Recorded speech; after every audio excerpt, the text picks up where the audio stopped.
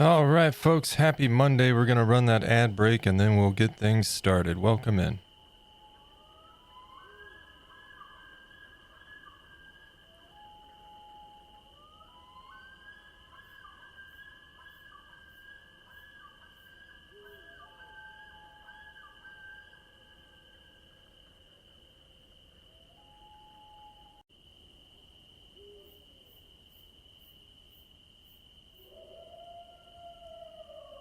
Like I said, if you're just getting in, give me just a few.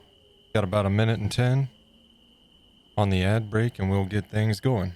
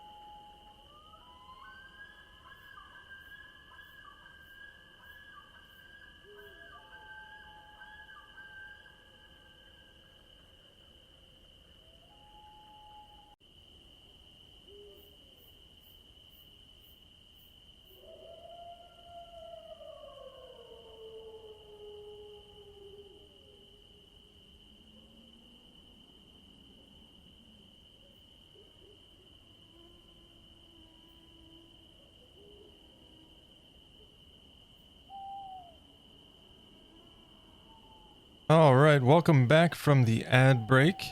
Designed by Joe. Hello. Good afternoon. I'm hoping my afternoon is good. My morning certainly has not been.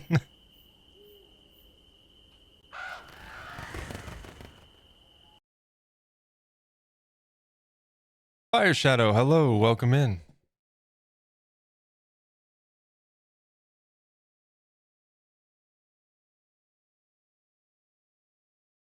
Monday doing Monday things. Oh, it has been a Monday. It has been a Monday. I was about ready to just cancel stream for today, but I got too much work on this Jerboa to do, you know?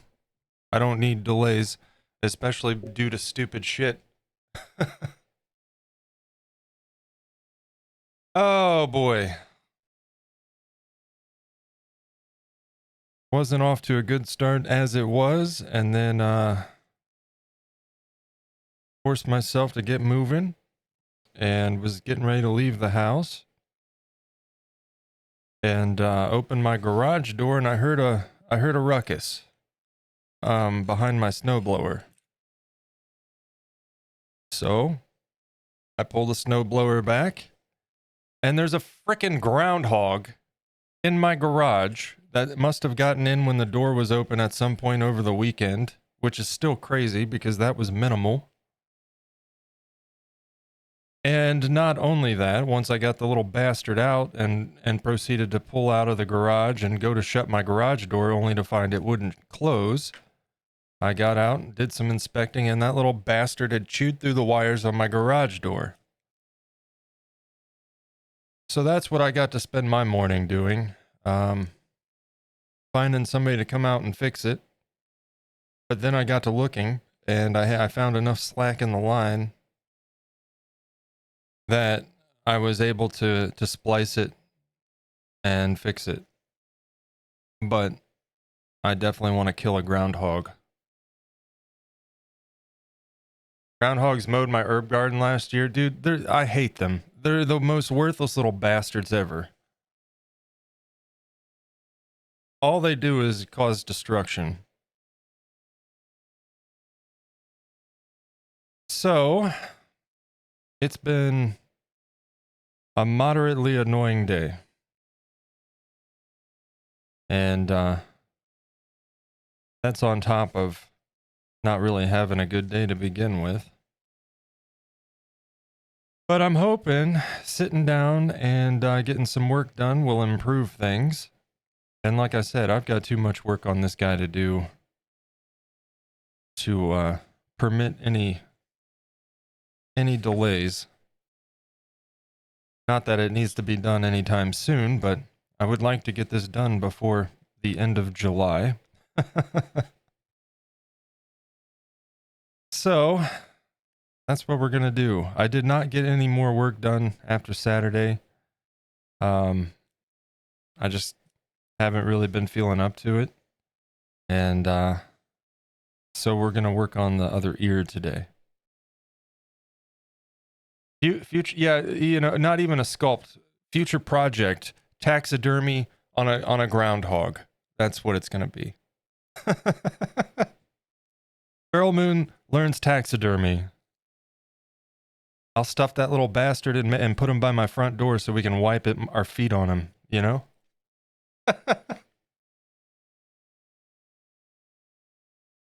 I love animals, man. Like, to the point where anymore, it's a hard time for me to drive down the road and see, you know, roadkill, and it affects me more than it should. But these little bastards, they get no empathy from me. None. The same applies to wasps and hornets. No sympathy. No remorse.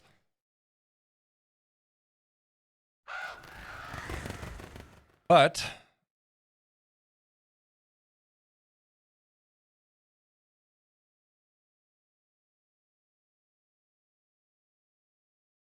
that's what we did on Saturday. The back of that ear. Really happy with how that turned out. And now we just have to repeat that on the other ear. And then once we're done with that, we can really start working into the face and all of that good stuff. Absolutely agree on wasps and hornets, useless insects that are just jerks. Apparently they do pollinate, but you know what? Save it for the bees. Bees and I, we have no qualms. Hell, I don't even like spiders, but as long as it's not a wolf spider, I'm not going to kill it. I'll either leave it be or move it outside. Wolf spiders got to die, though. Hornets, wasps, no need for you. Go away.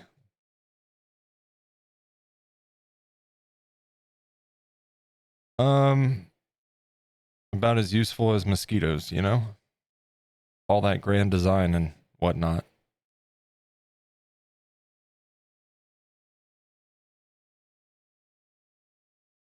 See, it's those kind of things that make me just believe in the chaotic nature of the universe as opposed to any kind of grand design.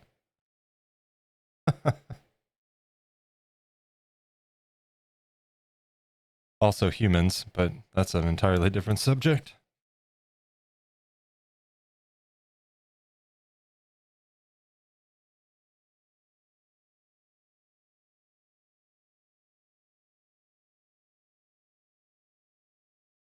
So we'll start off much like we did on Saturday. Get some liquid Sculpia spread across the ears. And we're just going to kind of go slow and steady today and listen to music. Woo-saw my way out of Monday. You know.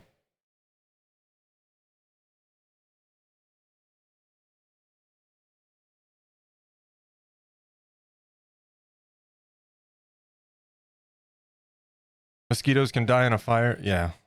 I mean, what do they do, honestly? What purpose do they serve? Any? None that I'm aware of, other than spreading disease and being annoying. And, you know, providing DNA for replication of dinosaurs, but that's the one cool thing, I suppose. And it's not even real.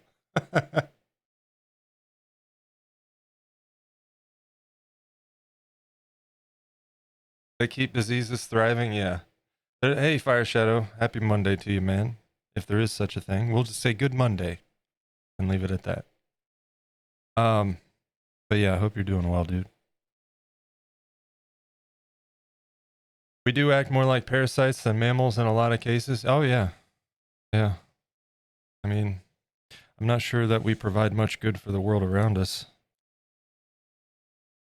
We're capable, certainly, but doesn't seem to be in our nature given the thousands upon thousands of years of examples.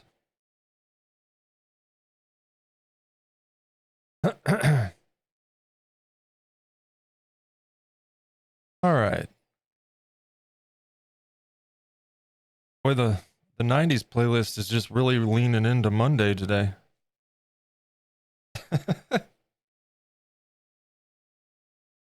I'm okay with it.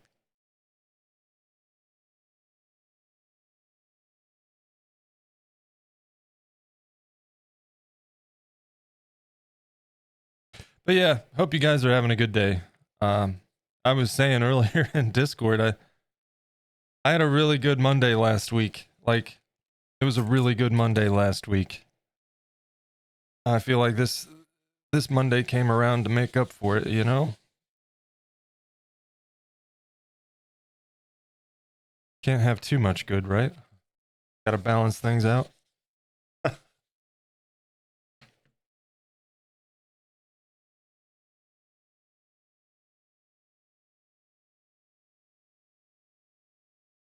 And let me do a thing real quick. No, there's not a lot of us in here quite yet or anything, but if you are not doing so already, what? Oh, wow. Let's try that again. Linked in the chat, designed by Joe, a creator and streamer here on Twitch, making jewelry live on stream. Very cool. And it's a great stream. I was hanging out there yesterday, and you should definitely give him a look. Drop a follow, check out his stream, and show some love. Hey, no worries. No worries, man. And yeah, I apologize if I'm in a bit of a mood today. Like I said, I'm hoping to work my way out of that. And typically I wouldn't go live unless I was feeling at my best, but I figured it... Rose, hello. I figured it... Number one, like I said, there's too much work on this guy to be done. And focusing on something like this might turn my day around, you know?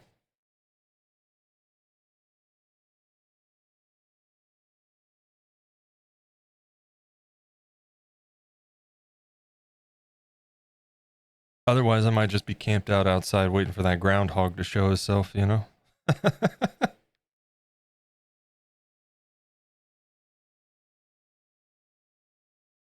I told Minchie, I said, I need a 22. Because I'm going to take him out and his whole family too.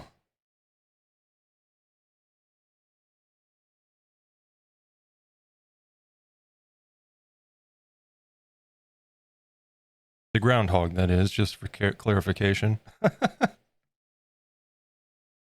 Working a bit more on the new coat. Nice, Rose. How's it coming?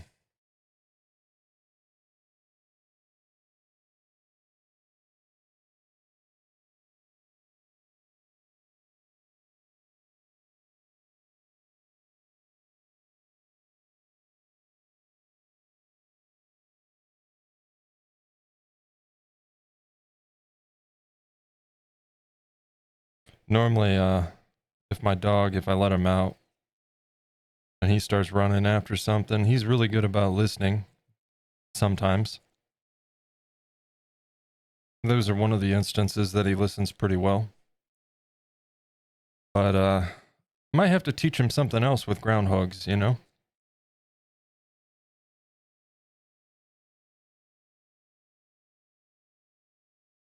Slowly getting there? You pulling a, I'll end your entire bloodline? Yep.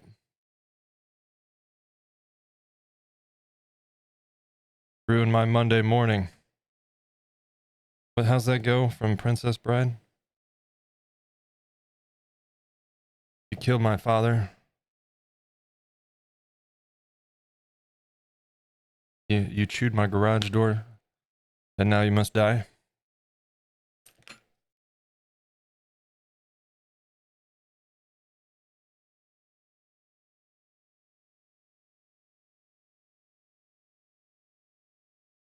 But like a groundhog in my garage, of all things, you know? Happy Monday. Sometimes you just have to end a family tree. Sometimes it has to be done.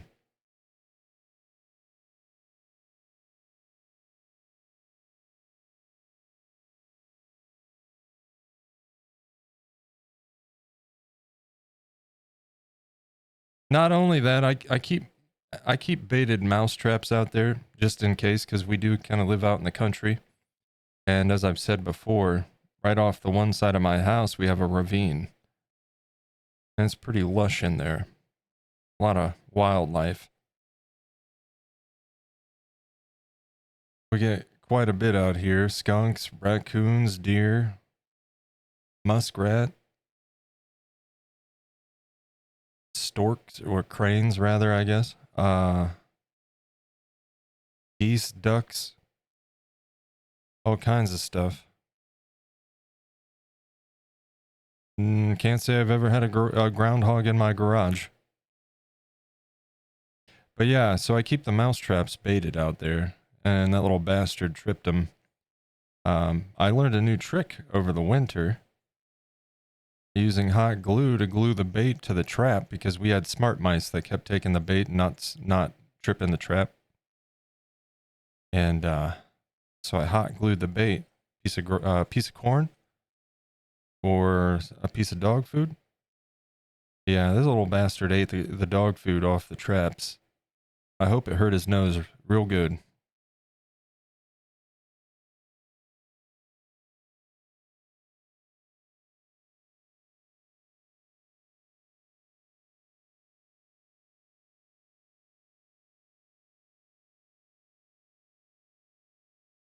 You know, and yesterday,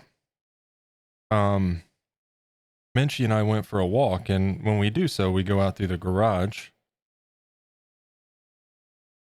And when we left, we had a roll of what do you call it? The weed guard stuff you put down under the flower beds when you're doing flower beds.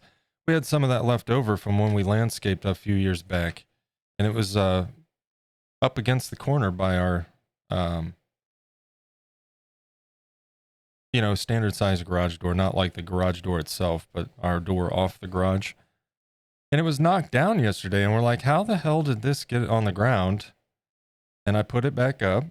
And we also have one of those collapsible chairs, and it's in that corner.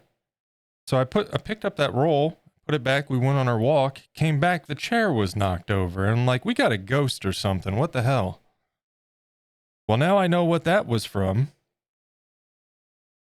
It wasn't a ghost. It was a damn groundhog.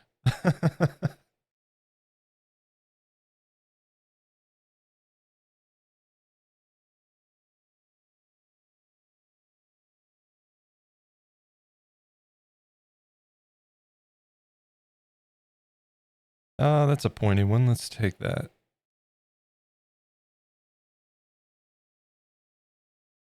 I think I'd rather it be a ghost. You know?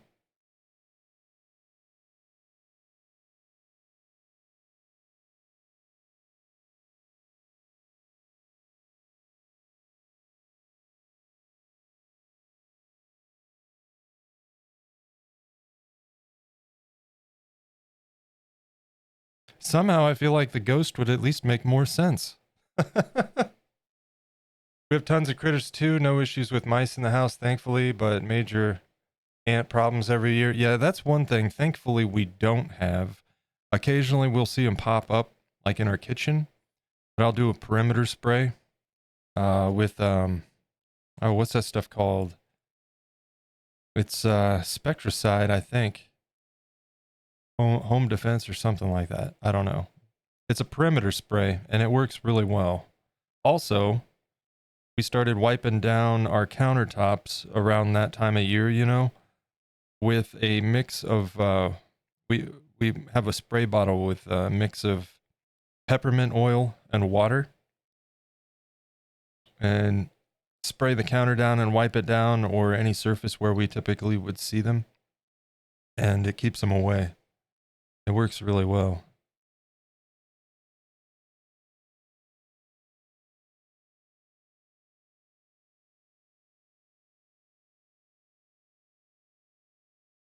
So no ant problems anymore, thankfully. And the mice, it's minimal, and it's always towards the fall, winter time. They come in through the garage. Everything's sealed, so they have to be sneaking in when the garage door is opened.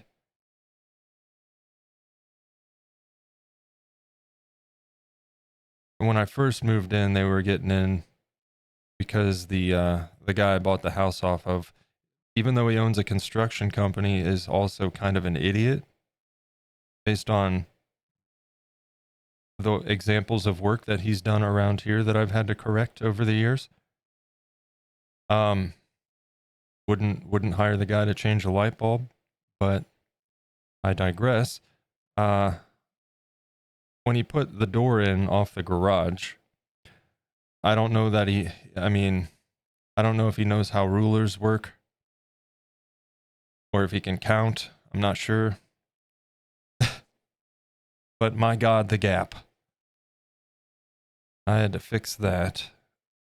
And that's definitely minimized the amount of mice that I do get. We had like 2 last year that got in, and I got them.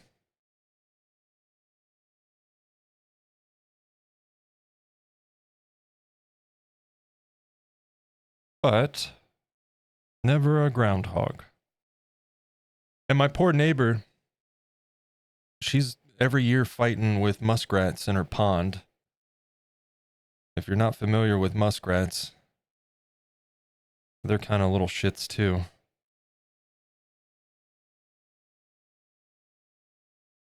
And they tear up the embankment on the pond.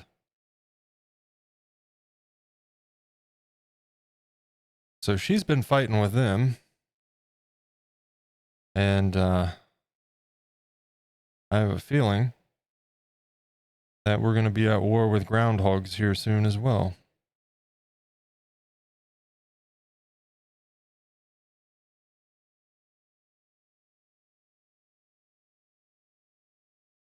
Because the one that was in my garage was a young one. Probably born this season.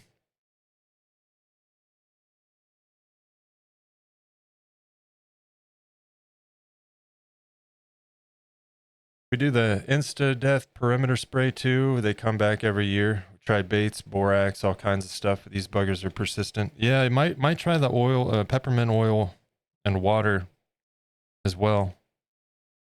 For one, it gets rid of their trail, you know? And they don't like the strong smell of peppermint.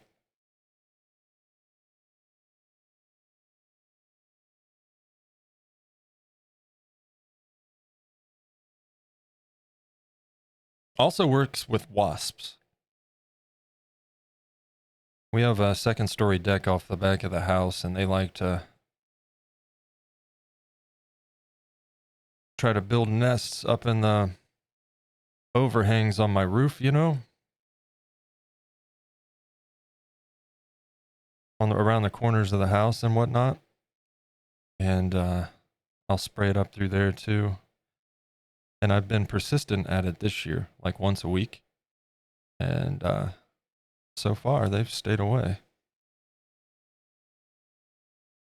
We have cats, so we can't use peppermint oil. Oh, really? I did not know that. We don't have cats, so.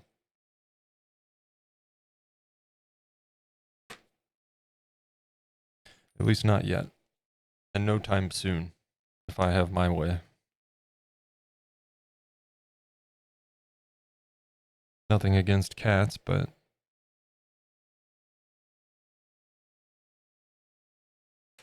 we have too many pets.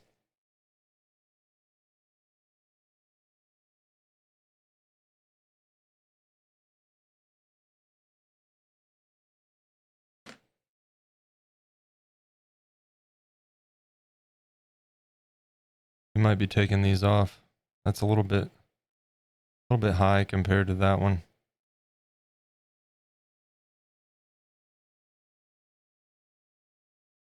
And if I take that off, it's going to ruin the other ones. And it's broke. We're taking these off.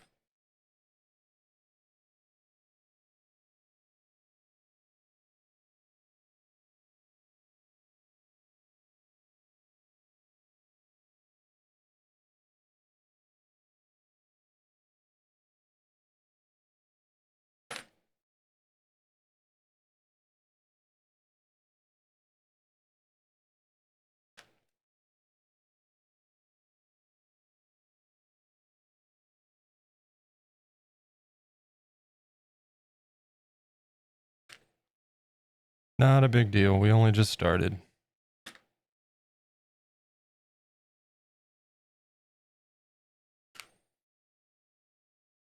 Should have took a little bit more time in the placement.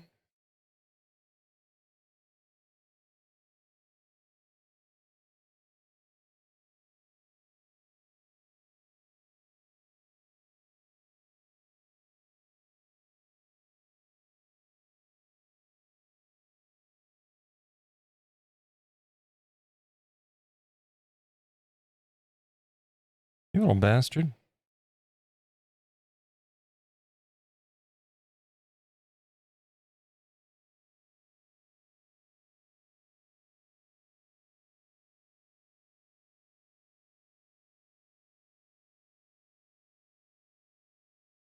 That's better.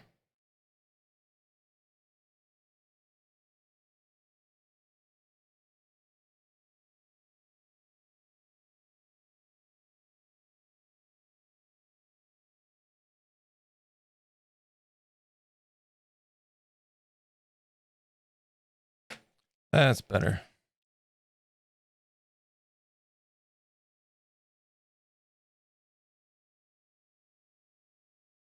Yeah, I had no idea that peppermint oil was toxic to cats. So, would that mean that, like, peppermint plants, like the herb, is that toxic to cats too?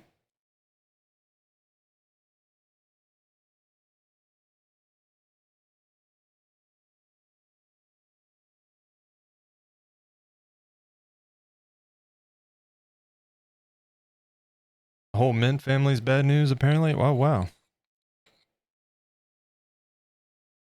I had no idea. I knew certain plants were, you know, um, like, oh, what you call it? Slipping my mind at the moment. The Christmas plants everybody gets.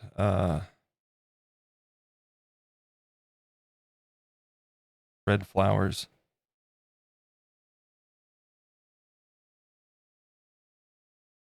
Those are bad for dogs too.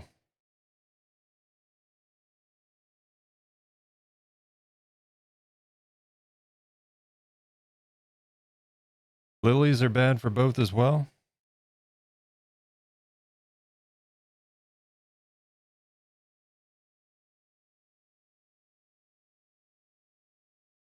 Well, then I hope whatever's eating our lilies outside is having a bad time.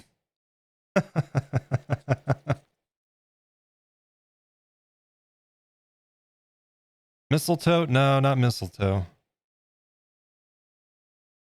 It's those big red leaves. I cannot think of what the heck the plant's called. Dude, I'm fairly certain that we have,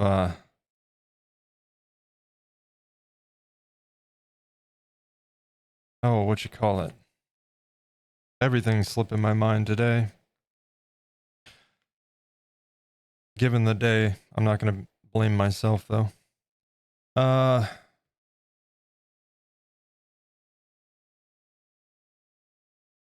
Man, I can't think of what it's called now. Fairly certain we have a very toxic plant growing in our ravine. Hemlock. That's it. Not the Christmas plant, but what's growing in the ravine.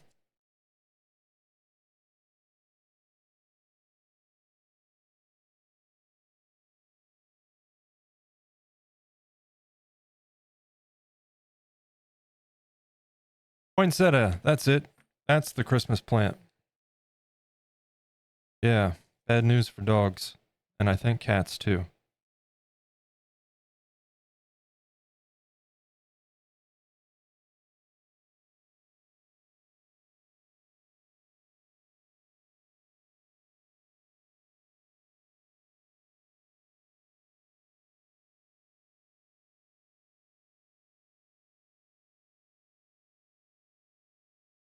But yeah, if it's not hemlock growing in our ravine, then it's a plant that looks exactly like it.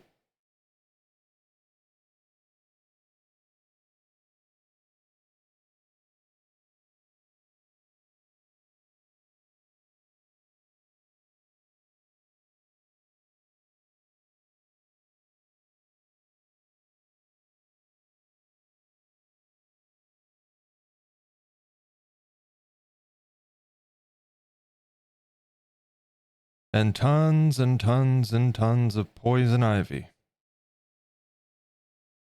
It is thick in that ravine. I'll get poison ivy, but thankfully I'm not super sensitive to it. Because I even, just mowing next to the ravine, a lot of times I'll get it on my arm a little bit.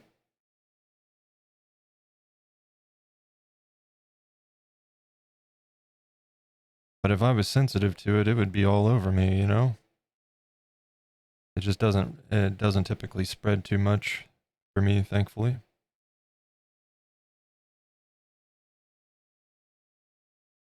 I know some people that are super sensitive to the oils from poison ivy and poison oak, and man, it is not a good time for them if they come in contact with it. Shouldn't need a hazmat suit to mow the lawn, right? And man, I'll tell you, it's like the ravine always got thick in the spring, summertime, right? But the last few years, it's like a jungle. It has been so lush.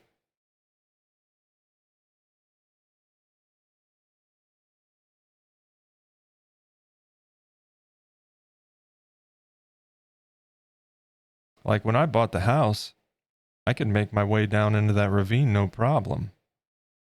And that was in 2018. And now, like, it's just so thick. It's crazy.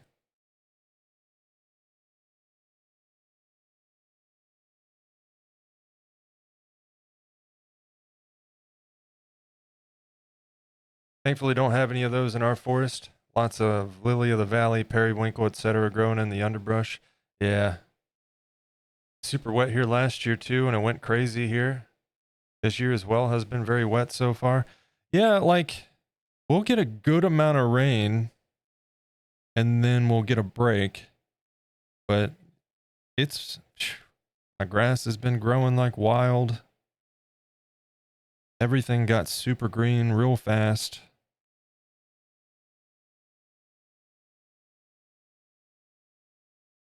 I'm just glad we don't live in areas that are prone to all this. I mean, we get tornadoes around here, but we're by no means a tornado alley or anything. And this weather has just been insane. And where I live, I'm sure that plenty of people around here probably think the world is flat, if that says anything.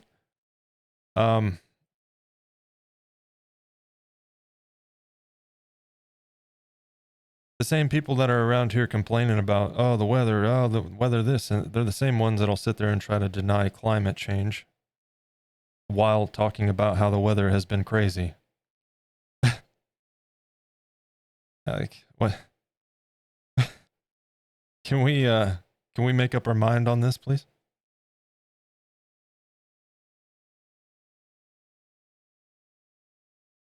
Another thing I've been noticing too, we've got geese that return to our pond every year. And I'm not even sure they left this year. If they did, they were not gone very long at all.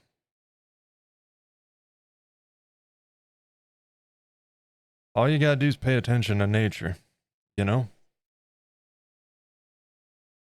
Jazzy, hello, welcome in. Happy Monday to you. I hope you're having a good Monday and no, groundhogs in your garage or anything like I've experienced today. Get them rarely as well.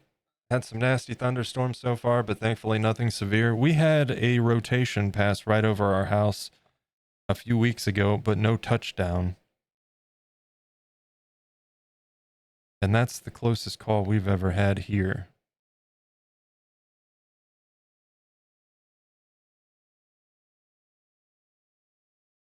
But my old hometown, I've had multiple move through there.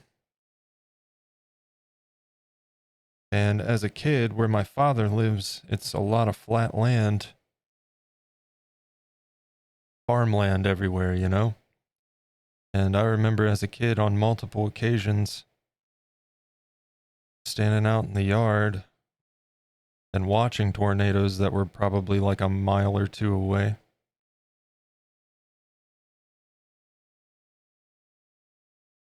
But thankfully, I, knock on wood, have not had to deal with any firsthand. And hopefully that persists through the rest of my life. Not something I would want to deal with. I've dealt with wind damage to my home, had to replace my roof right after I bought the house within the first year. And now every time we get a windy storm, it makes me nervous.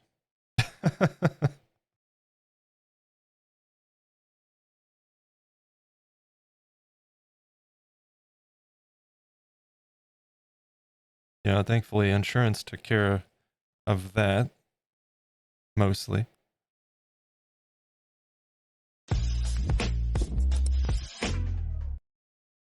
Why?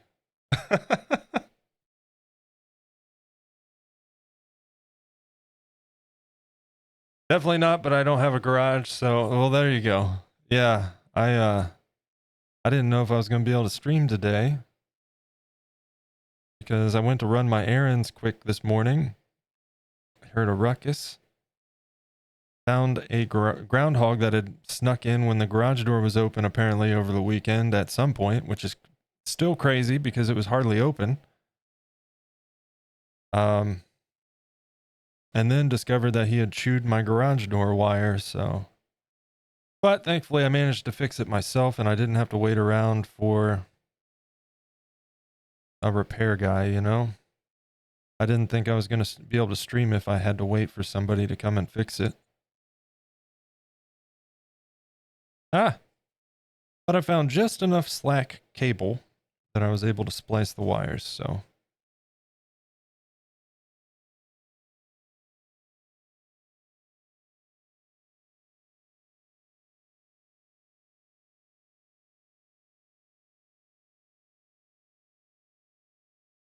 And if I had a firearm, I would definitely not be streaming. I would be sitting out waiting for a groundhog. But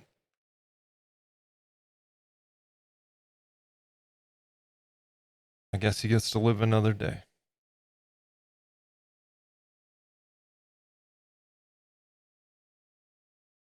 Good, thanks. Just finished up cutting the grass out back. Nice. Not a fan of mowing, but it definitely feels good when it's done. And the yard's looking nice and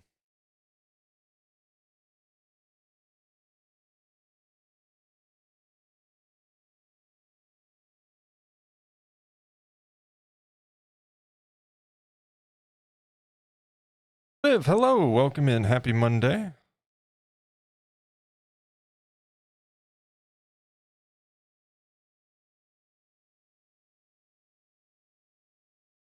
We're going to finish up the other ear today because I did not get to it over the weekend.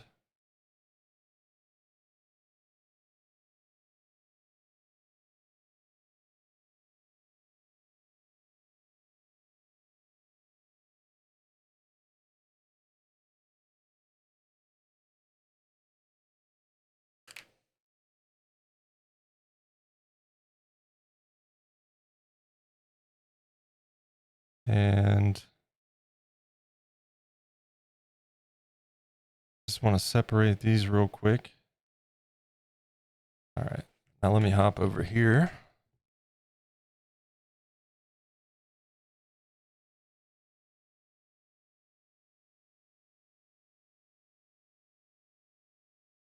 All right, shout out in the chat. If you're not already doing so, highly recommend checking out Jazzy Jaffa's stream. Another creative streamer here on Twitch. And a fantastic stream. Might even catch me there some mornings. That is one of the places that I be.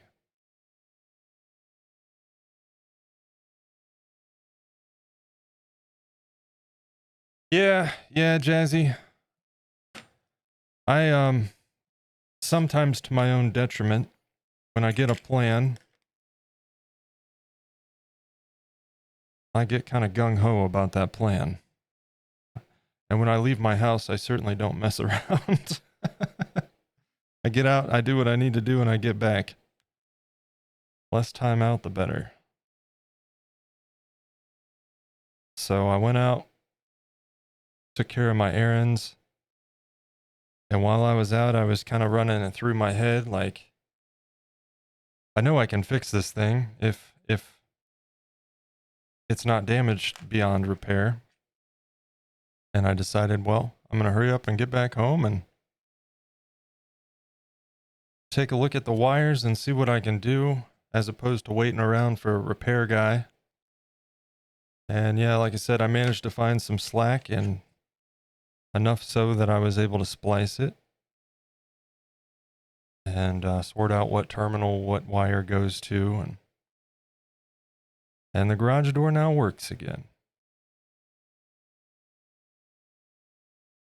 Very much capable of working with electricity. It's something I was trained to do. I just don't like it. I try to avoid it at all costs. And when it comes to home repair stuff, I approach it as, I could do it, but do I want to?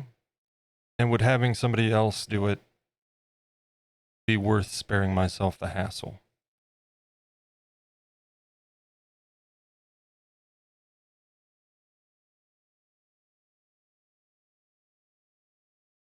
Just to minimize stress. But then again, dealing with contractors isn't exactly stress-free, is it?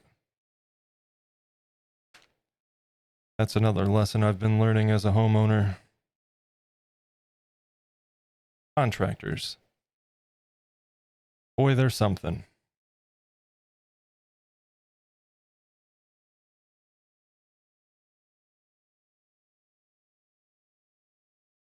Ah, no worries, Jazzy. Can't believe how good this is, by the way. So impressive. Thank you. I'm right there with you, honestly. This has been a surprise to myself. Off to work calls for a couple hours. We'll pop back in if you're still on later. If not, have a better Monday. I absolutely working towards that, Joe. Definitely working towards that. I appreciate it, man. It's good to see you. I hope the work calls go smoothly. And if I don't catch you later, then have a great rest of your Monday, sir.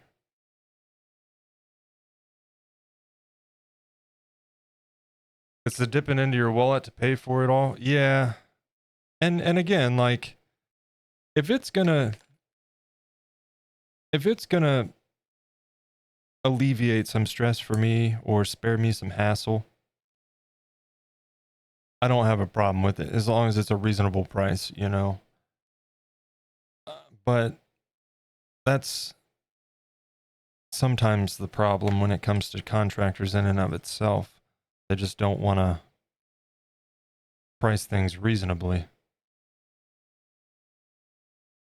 Or, you know, you run into somebody that doesn't do the whole job or the job properly, and then deal with their attitude when you call them out on it. That's always fun. I've been there multiple times, unfortunately.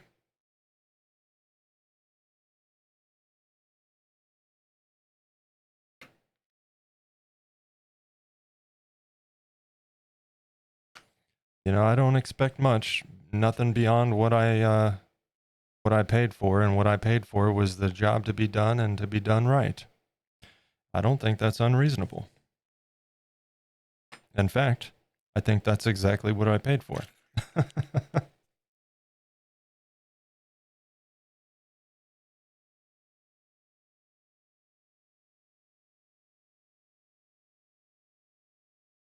And I'm not somebody that's just going to roll over and not say something about it, you know? I feel like, at least around here,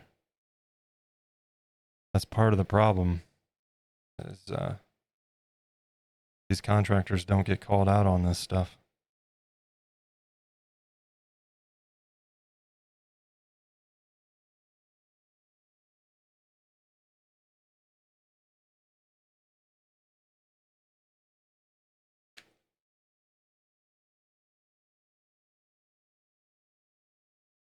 If I was a contractor, I would bid slightly cheap for jobs and deliver excellent work.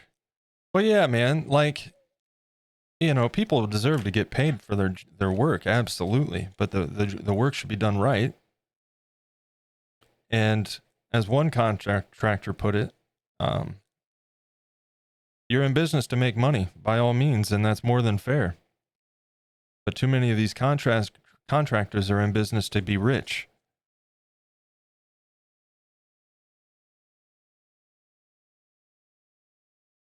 And well, that kind of creates a problem.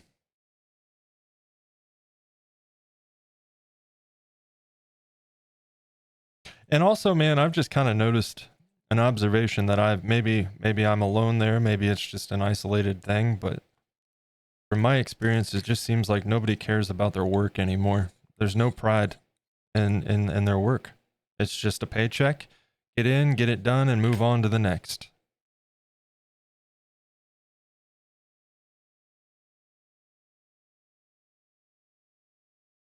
And that's a shame.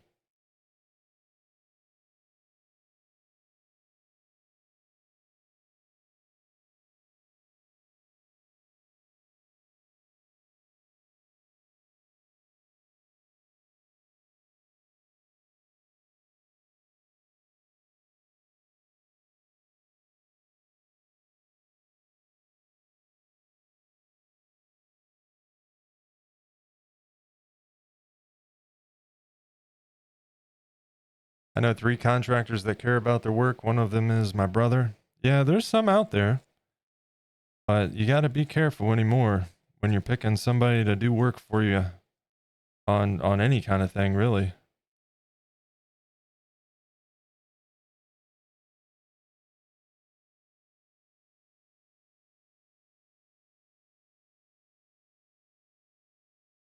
Hire friends if you can. Yeah. Yeah, that can be problematic though too, depending on the person, you know.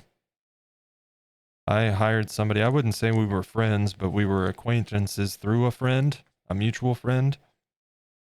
And he's the one that replaced my roof when it took wind damage.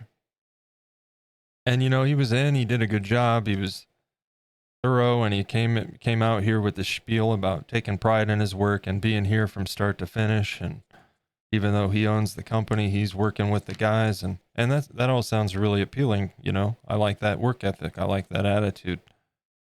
And they did a good job on the roof, so I hired him back to do gutters and siding a couple years later. And I can't tell you how many times I've had to have him out here because he wasn't here every day with his guys, and his guys did shoddy work, and I needed him to fix it. And to the point where he started getting an attitude with me. I'm like, look, buddy, only thing I ask for is for the job to be done right, which is what I paid you for and why you're out here right now, because it wasn't. You've seen it yourself. You admitted it. Fix the problem and stop bitching. It's easy.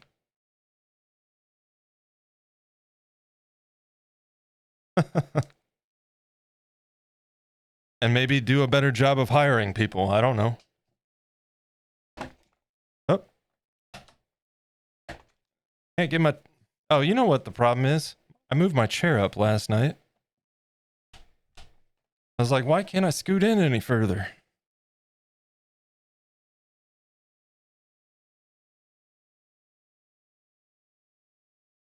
So yeah, and it sucks when you know the person and you have to like give them a hard time. But I'm not going to roll over just because I know you, you know. I paid you good money and the job wasn't done right.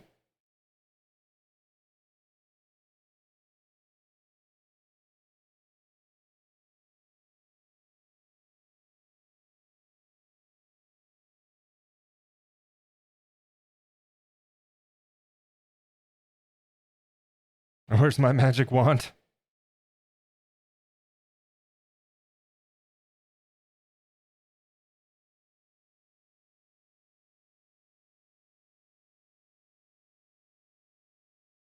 I'm dreading something that I've been kind of back and forth on for a couple years now.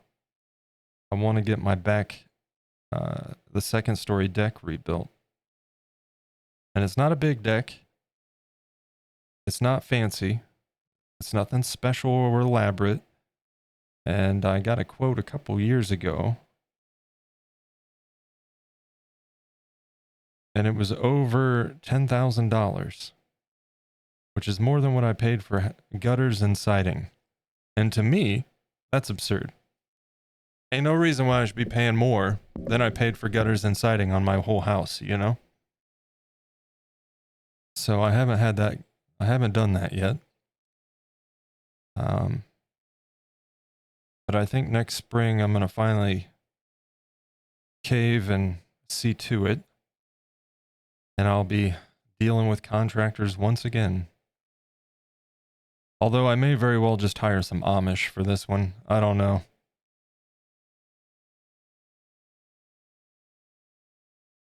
Probably get better work from the Amish anyway.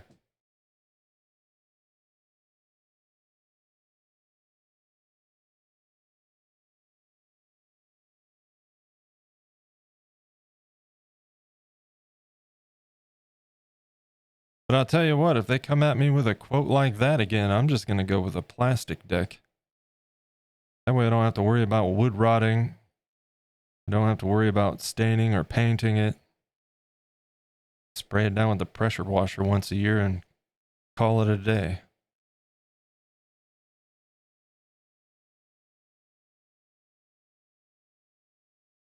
The price of lumber, at least it was, absolutely crazy. I don't know if it's come down at all. I bet the Amish would be on time. Right, yeah. Yeah, they can put a barn up in like 2 days. They'd have my deck done in like 3 hours, right? And that's the crazy thing too, is like, it's not like I'm asking for, when I got that quote, I'm like, you got to be out of your mind. Like, the foundation for the deck is here. It's not like a new addition. You're just rebuilding it. $10,000. Out your mind.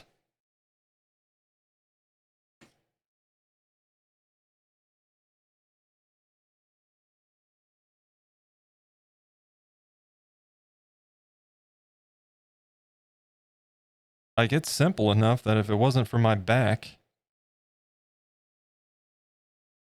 and if I had a few more tools, I could do it myself. There's nothing crazy about it.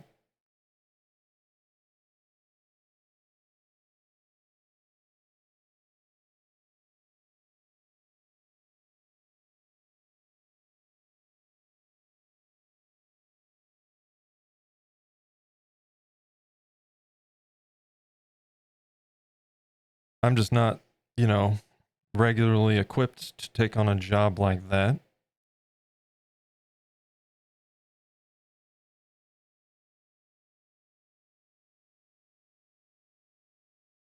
Oop.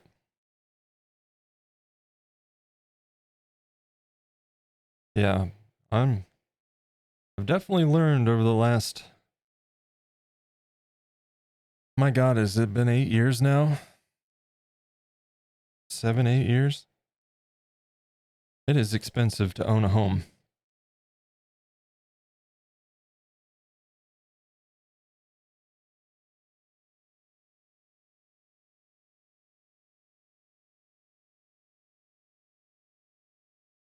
Not to complain, because I know I am also fortunate, but some days it doesn't feel very fortunate.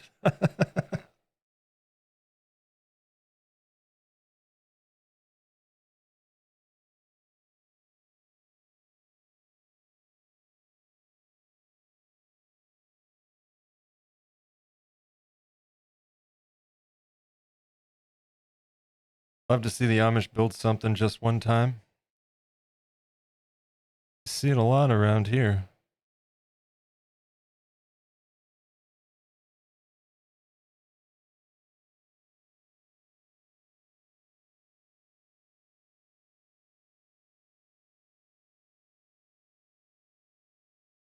See a lot from the Amish around here, to be honest.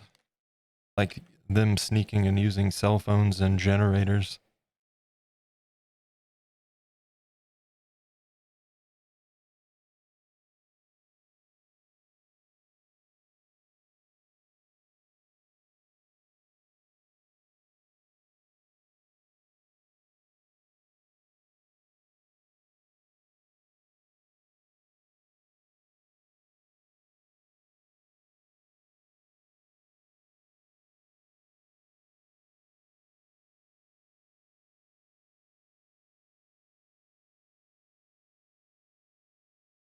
Yeah, we just gotta manipulate. Hopefully I'm actually in frame here. Sorry about that. Just gonna kind of manipulate these hairs before we continue.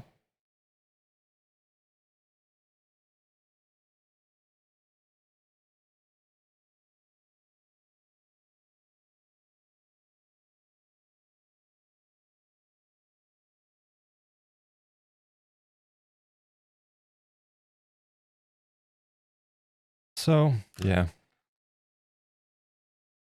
Starting to perk up though. Feeling better about today. So thank you guys for hanging out with me and listening to my groundhog venting and ranting and raving.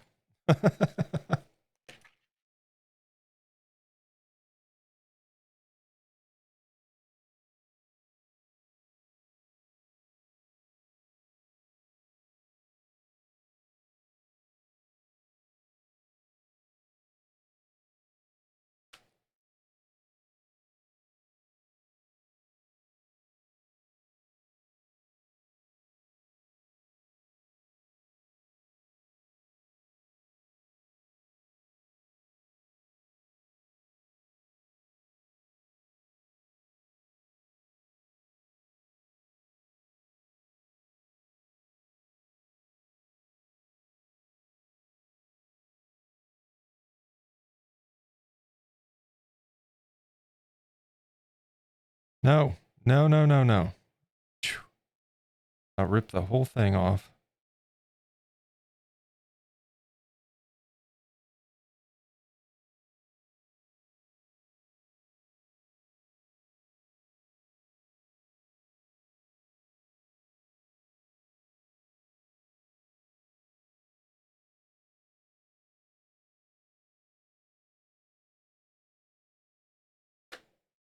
I had a skunk that kept getting into my yard. I was afraid it was trying to live under my deck. Ooh, yeah. I put a trellis up under the front deck, so hopefully keeps anything bigger out like that.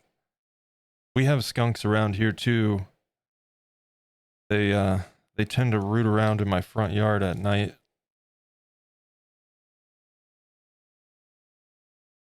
I've only seen them on a couple occasions, but I've seen the markings in the yard.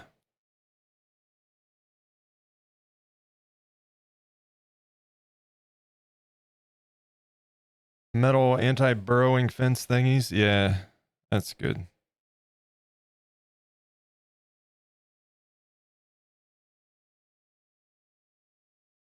gonna have to trim some of these down. See if this works. It worked last time.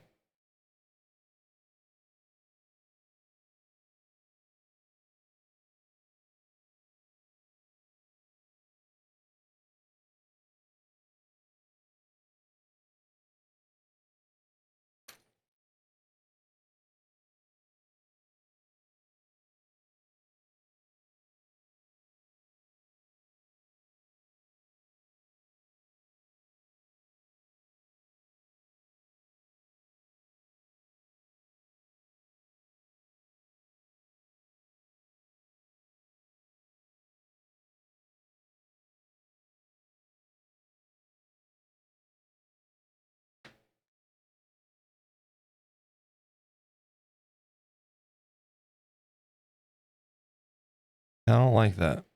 We're taking this one off.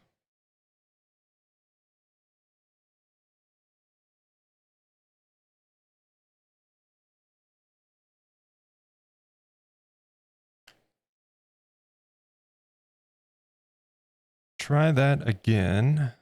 I'll try it with this guy right here. Hey.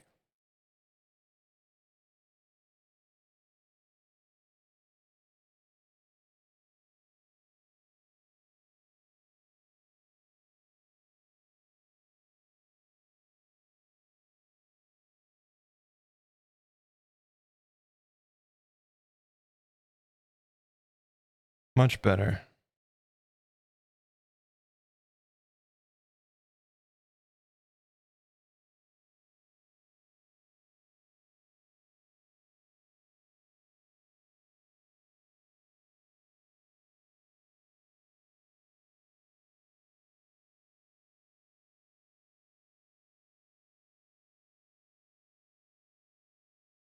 Technical term, yeah. Metal anti-burrowing fence thingies. Yeah, I've seen that exact tag on the shelf at Home Depot, I think it was.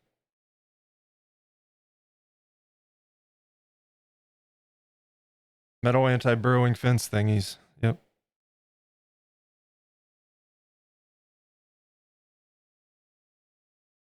Why is this ear so awkward compared to the last one? Why?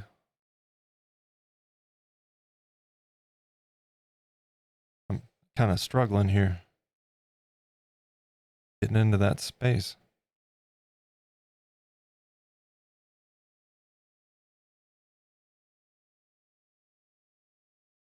Let's get over on this side.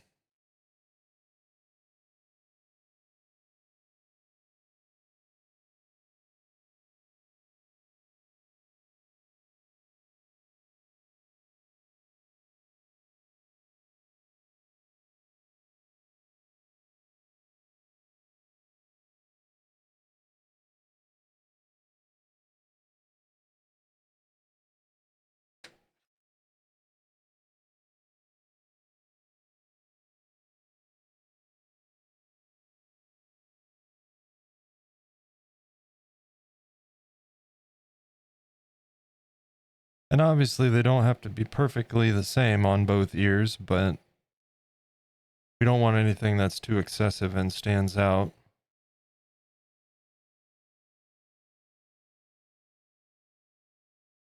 And see, like that's...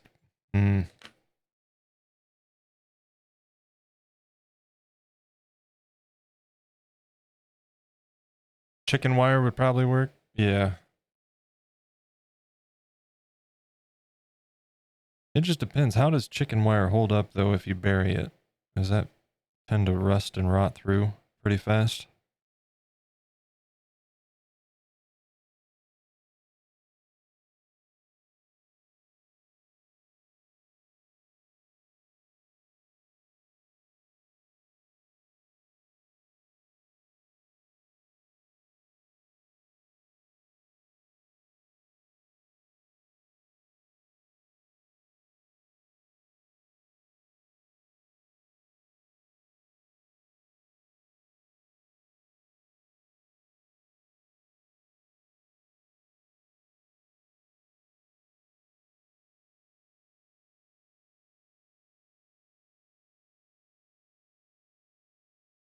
Have like 12-inch set of spikes going into the ground? Oh, geez. That's not going anywhere.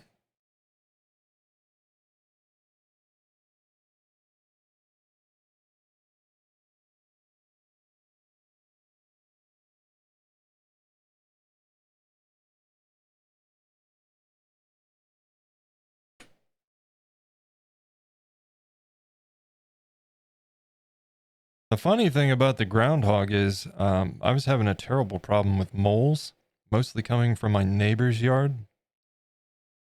And I don't see the moles. Now I just get groundhogs. Anti-skunkify your yard, yeah.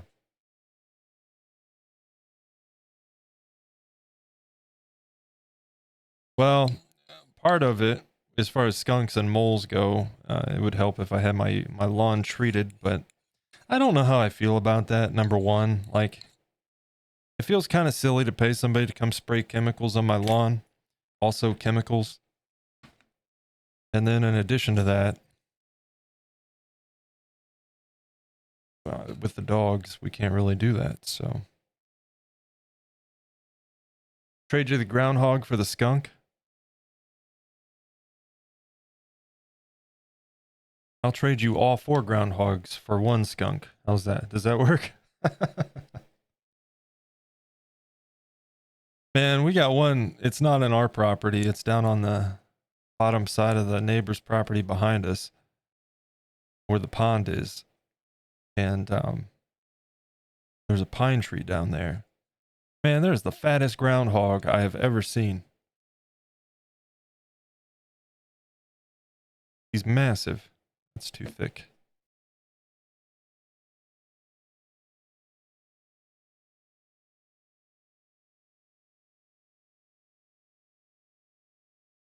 We got a bunch of rabbits as well. I don't mind the rabbits.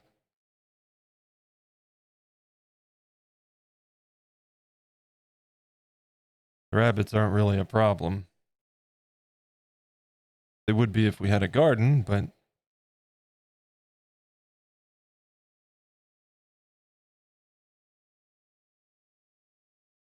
wish we had wild hedgehogs like in England. Not sure where you're at, Liv, but aren't there hedgehogs? Porcupines in the US? I think there are.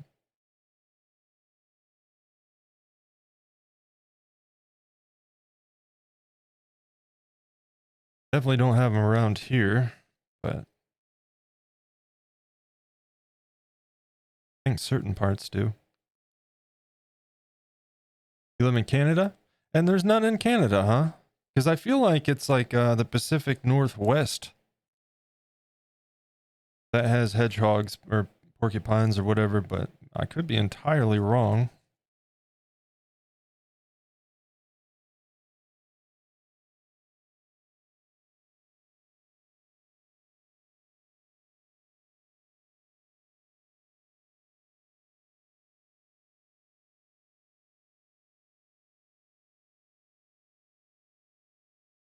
One thing we have that I don't mind, but thankfully I've never had any issues with them personally, is raccoons. What a fascinating animal. Their additional finger is a little bit more trouble than they know how to handle, but they can get into all sorts of stuff. But thankfully I've never had any personal issues with them getting into anything.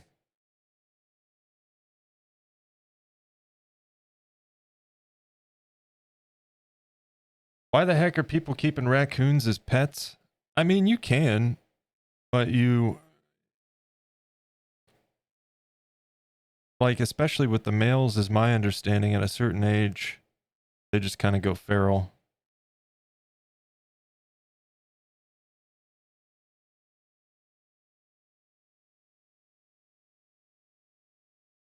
I mean, people keep skunks as pets. They're descented, of course, but coffee's kicking it. No, you're fine.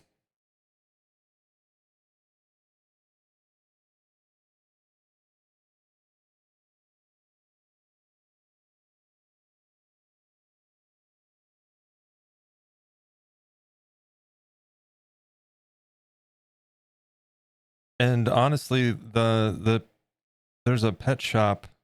It's a privately owned place that we go to,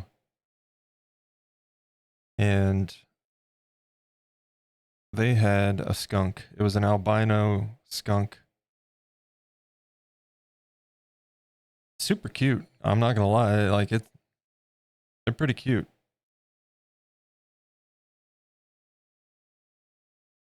But they had just gotten it in. It wasn't like used to the environment. It was doing like the little, when they feel threatened, they do this like little stompy thing with their front paws, like they rear up and pounce down. It was doing that, and it was adorable. It wasn't threatening at all.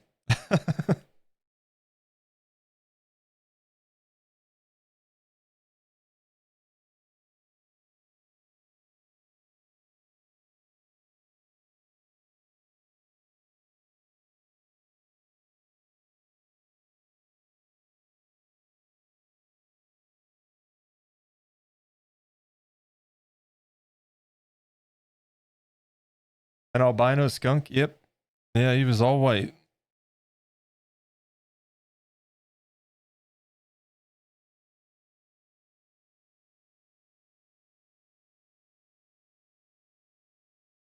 No stripe or nothing.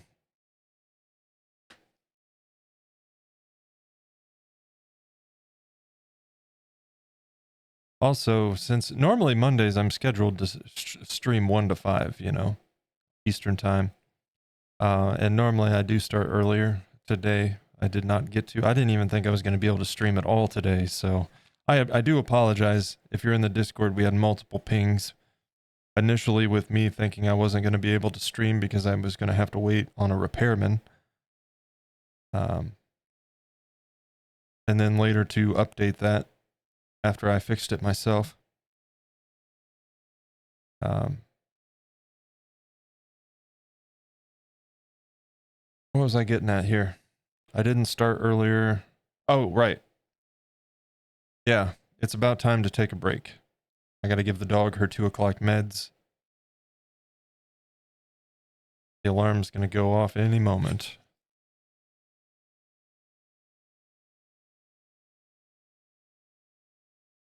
So that's what I was getting at.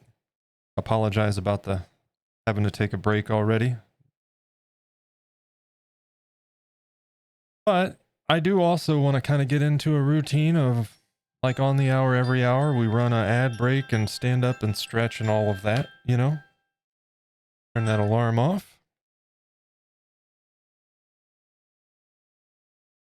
All right, let's take a quick break here. I'll run ads and get those out of the way. And I'm going to get the dog her meds and we'll be right back at it. I appreciate you guys hanging out with me today. Thank you for being here. Thanks for chatting with me and entertaining my groundhog grumpiness, my groundhog induced grumpiness. This is certainly helping improve my Monday. So thanks for being here. Thanks for keeping me company. Like I said, we're going to roll a quick ad break, get that out of the way and keep that moving along. And I'll get the dog her meds and we will continue on. I will see you in just a moment.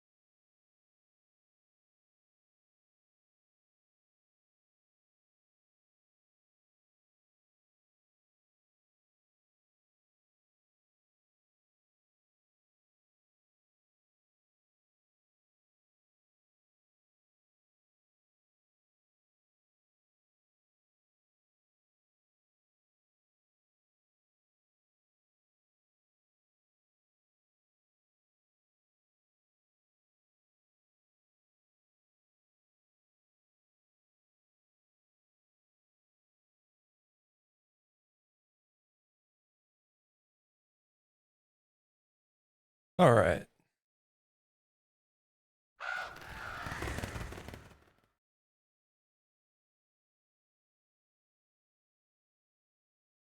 Interesting.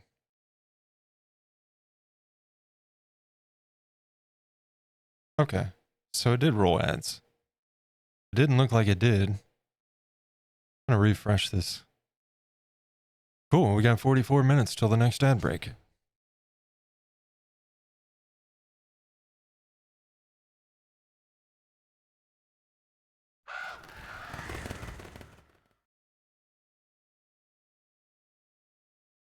I wish I could put it on that angle because you guys can see better, but also not when my hand's right in the way. So we'll stick with the overhead for this process today.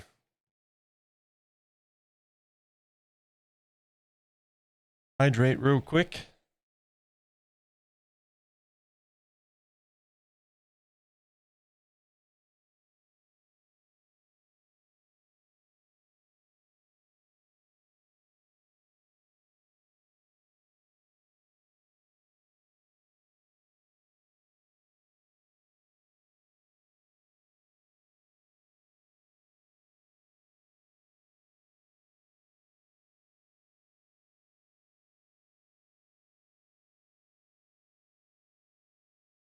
depending on how quickly we move along with this today, we may, I don't know. I was going to say we go up the sides here, but I kind of want to do these legs first, and we're not ready for that. The face gets done before these.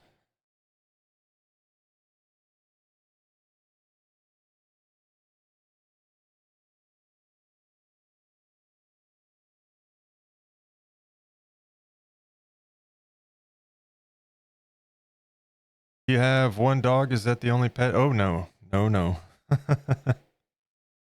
We've got 2 dogs. And one is the one that I have to break for every day at 2 o'clock. She's 13, 14 years old.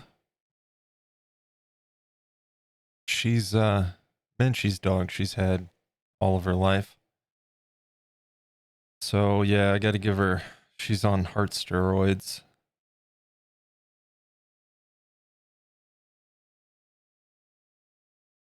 She gets them multiple times a day.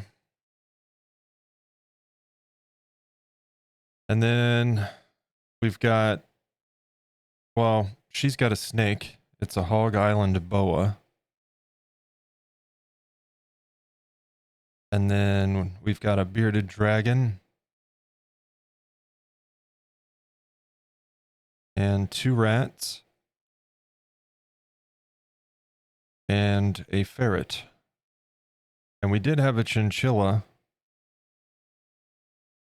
but sadly he passed away at the very beginning of this year. After quite a rough year last year. He put up a good fight. But age wins out in the end, I suppose. No escaping that. Love Beardies? Yeah, she's been cool. Got her, she was tiny, little hatchling, maybe like 2 months old, if that. And now she is, well, let's see, 4 years old?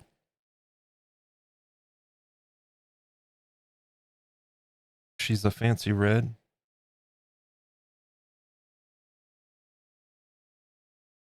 13-year-old pupper, my goodness, gets all the treats. Yeah, we had a bit of a scare a couple weeks ago.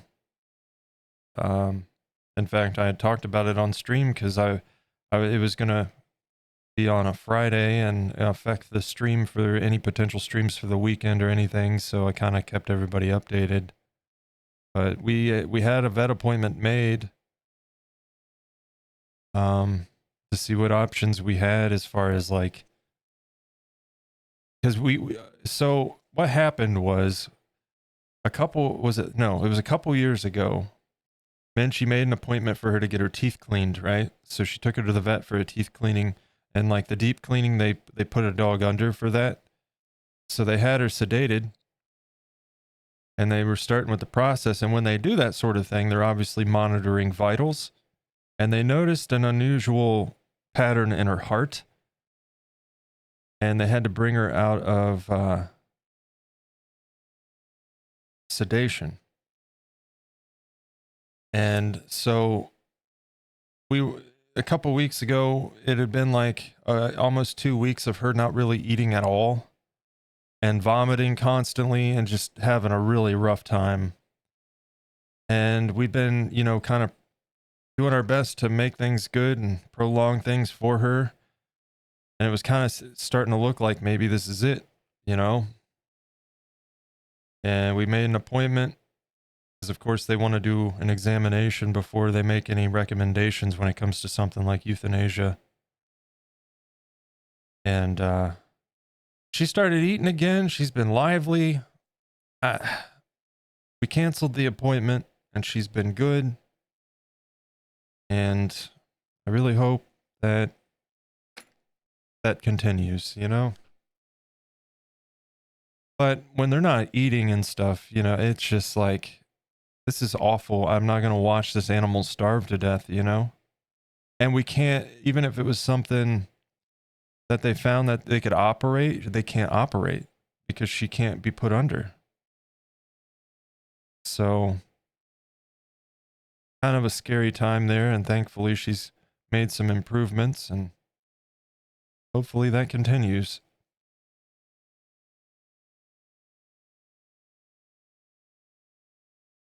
I have a 3-year-old crested gecko. Would love to own a herd of wiener dogs one day. Cresties are cool. I would be super nervous about it dropping its tail because I see so many of them without a tail, and I know that's perfectly fine, but you know, I would love to have a satanic leaf gecko. They're so cool looking. Or I don't know what you call it. I can never think of the name of these. It always escapes me.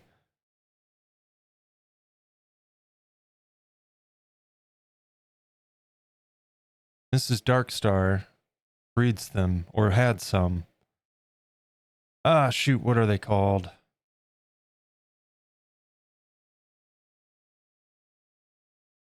It'll come to me at some point here, later today, I'm sure, when it's too late.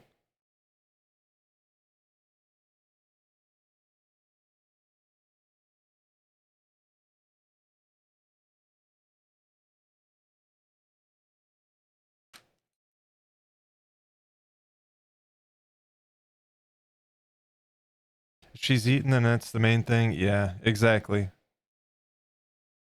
Guy still has a tail. He's a shy boy, name's Chester. Nice.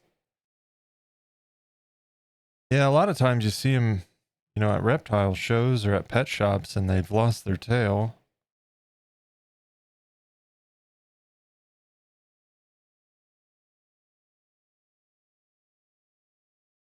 I really wish I could think of what the name of those geckos are. Tokay. Tokay geckos, that's it. They're so cool looking. I hear they can be temperamental, but what a cool looking gecko.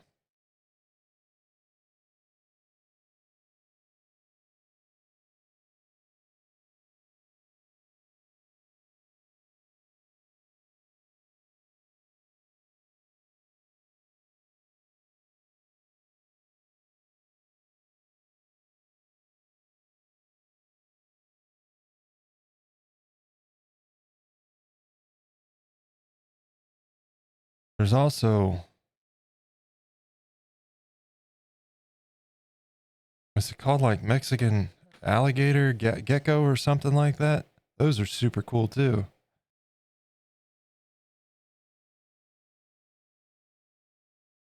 Look like little tiny dragons.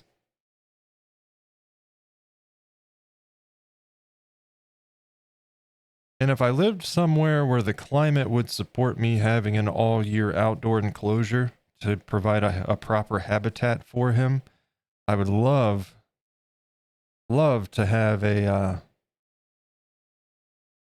oh, see, now I can't think of any words today when I'm trying. um,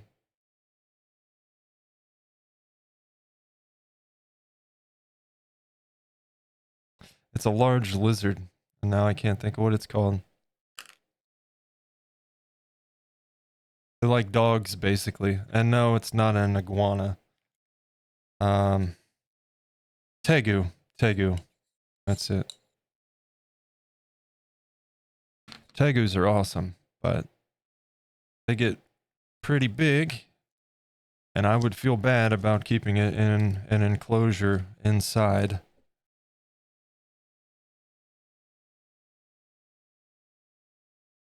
Fighty Pokemon, they say their own names, so they are real Pokemon. Yeah, Tokays are cool. Those big eyes. And some of their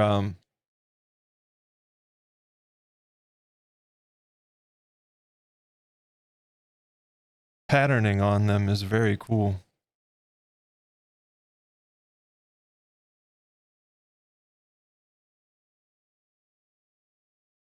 My only thing, so my bearded dragon, her name is Kaida, which is little dragon in Japanese, apparently.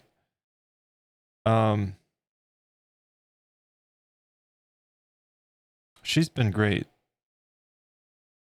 She was a little bit sassy for a bit, not aggressive or anything, but, doing head bobbing and all of that. Now she's super chill.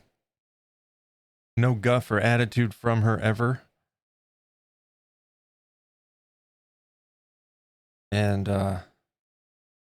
she's great. But man, what a job feeding them when they're young. Because if you don't know, bearded dragons start off for, I think it's like the first 18 months. You're predominantly feeding them insects. But then their diet kind of flips. And you're feeding them mostly greens. Mine doesn't like to eat her greens so much. But they eat mostly greens, and then you give them insects a couple days a week. And before that, I was giving her crickets. And then I switched to dubia roaches because, believe it or not, crickets are disgusting. Absolutely disgusting. They stink. They're nasty. I hate them. And roaches are not any of those things, surprisingly. But yeah, that was a hassle because I was ordering them, and wintertime, you have to worry about like if the shipment of insects is going to make it alive. And finally, I broke down and I started my own dubia roach colony, and it's been much easier since and cheaper. Because the only real thing I have to do with the dubia roaches is mist their enclosure because you want to keep it humid. There's a heating pad attached to it's just a tote that I have them in, with a substrate and some egg cartons in there. And I've got a recipe for a roach feed that's like brown rice flour, bleached white flour, the calcium powder for my reptile gets mixed in, fish food, fish flakes for protein, banana chips,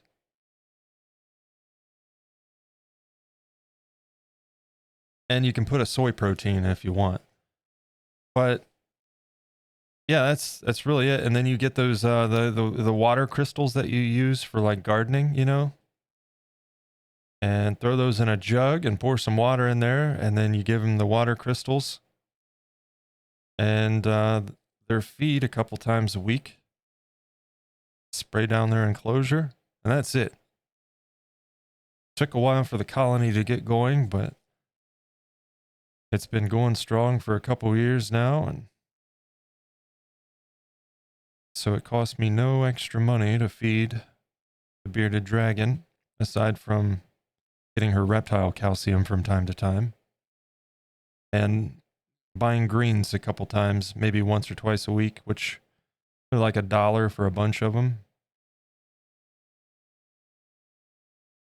So that's not bad at all. Dubias are illegal in Canada. Yeah. They're illegal in the UK as well, if I'm not mistaken. Locusts are also illegal in a lot of places when it comes to feeder insects. Twice a day when they're babies? Yeah. Yep. Couple times a day.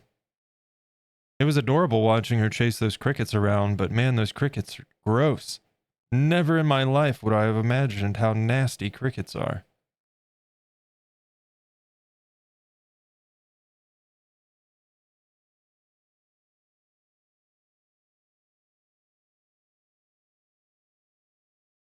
Especially when you're comparing them to roaches,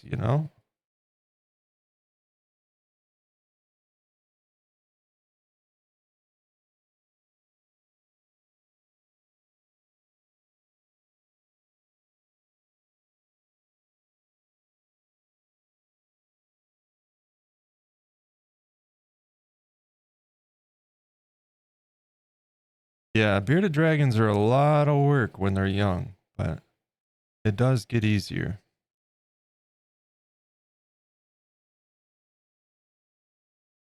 I would definitely recommend something like a gecko for a first time reptile keeper, you know,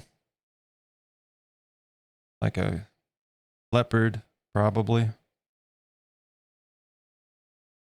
I don't think you even have to feed them bugs. They get like a fruit mix that you make up for them. Maybe once a week they get bugs. I don't know. Can't remember. It depends on the gecko, though. Insectivores. Which one is it you can give them? It's like a Pangea mix, and that's pretty much all they eat.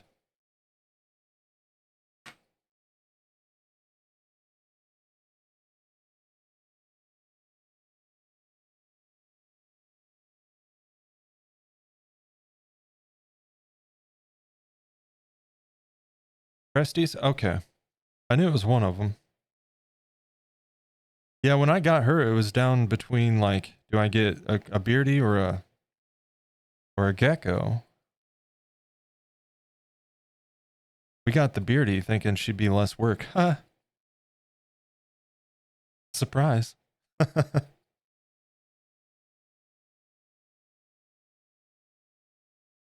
Also, if you ever buy a reptile, try not to do so from like PetSmart.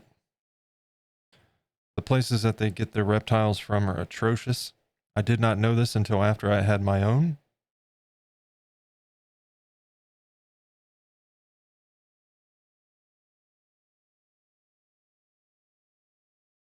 It's pretty gross.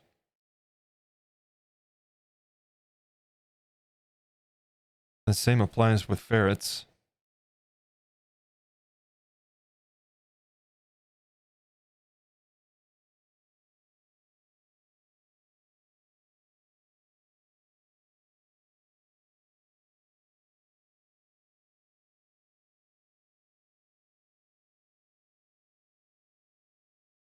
Definitely try to find like a ferret breeder, which is going to be hard because Marshall ferrets, the predominant breeder here in the US, kind of really sees to it that nobody else can breed ferrets. Not to say that there aren't ferret breeders out there, but few and far between, I would say.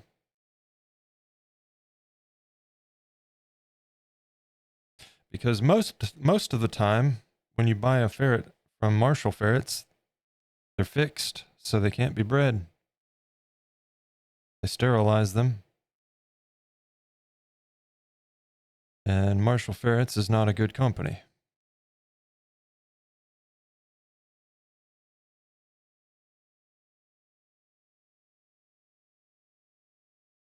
Bleach your gargoyle. Wow, gargoyle geckos are awesome. Yes. They're so cool looking. I forgot about those. Those and tokeis both. Really like them.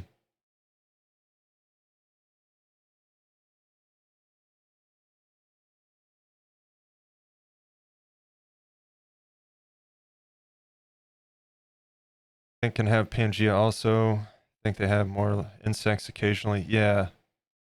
Yeah, there's one that I'm thinking you give them insects like once a week and then every other day they get Pangea.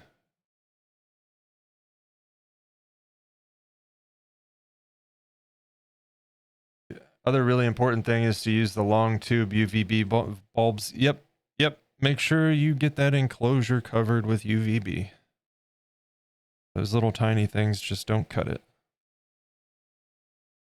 I actually need to make a trip to the pets shop and get a new UVB bulb because it's time. Because you don't let those go until they burn out. You go about 6 months and replace them.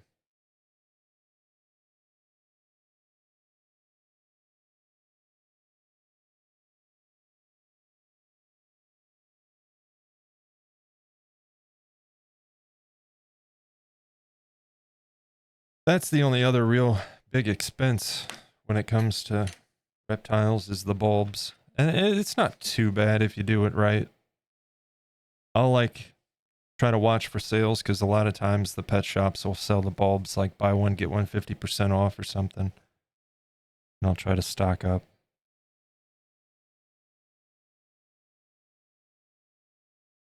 But those UVB bulbs, whew, like 40 bucks. But that's only once every 6 months. So it's not too terrible.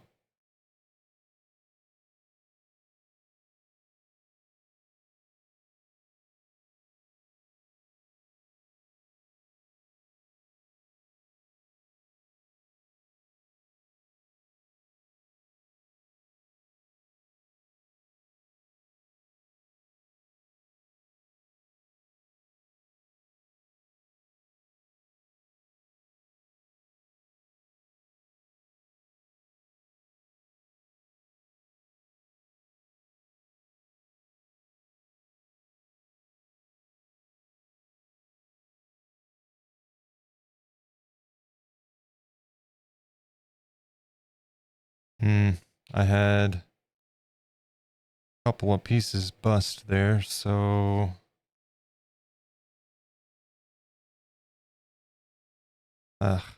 man.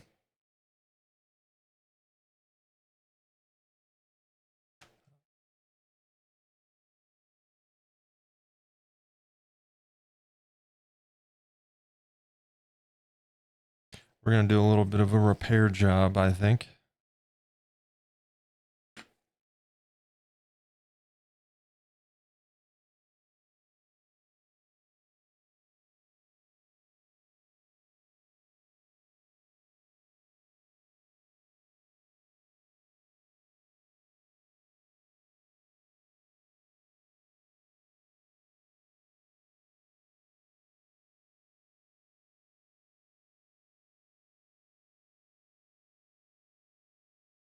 One more strand.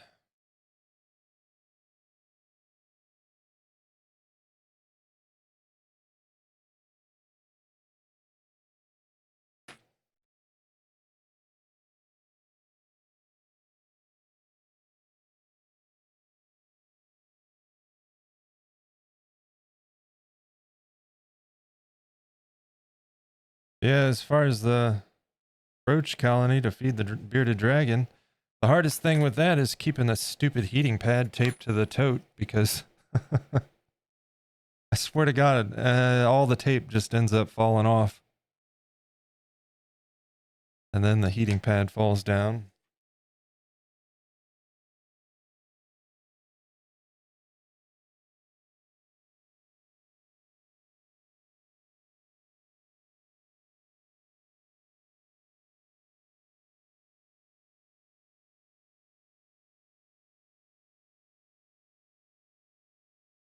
And you know, you've got the added expense when you're keeping reptiles with the electric bill, but I don't really think it's that much of a difference. And we've got a ceramic heat emitter and a bulb on both the snake and the bearded dragon. UVB on the dragon, heating pad on the roaches, heating pad on the snake tank on the underneath.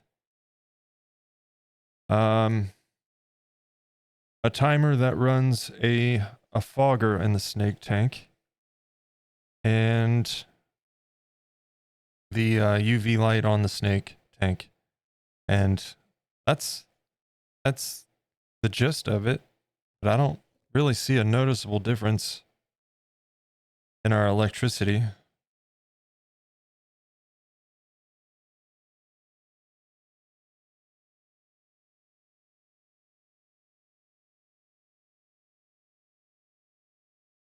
Especially given the fact that our electric bill's a little bit high compared to some anyway, because we have a heat pump, an AC heat pump, no gas.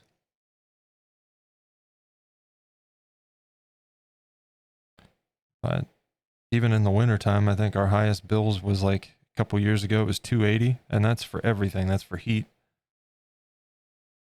You know, I've got 2 PCs running plus her PC, multiple monitors.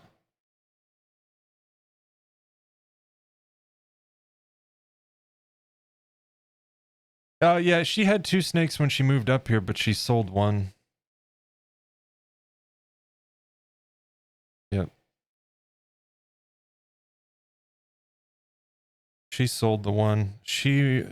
When she bought it, she was, whoever she bought it from used lights that made them look different than what they actually looked.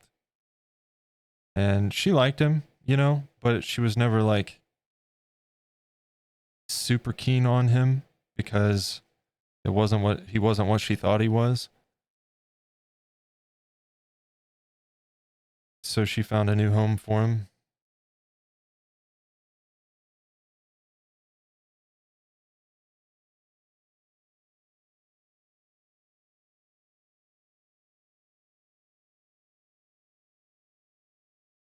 And dude, the prices on some of these snakes, my God. I think she sold him for like $400.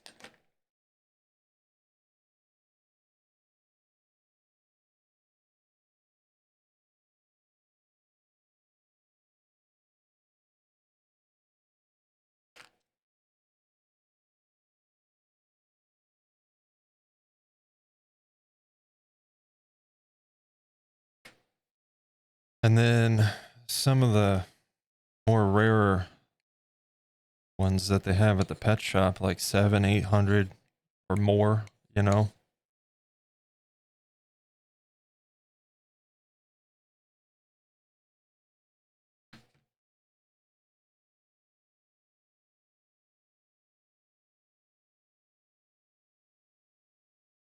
Yeah, it's actually kind of crazy how big the snake she still has, how big he is compared to how big he was when she moved up here. He's grown quite a bit. In fact, I think he's gotten bigger than what he was supposed to.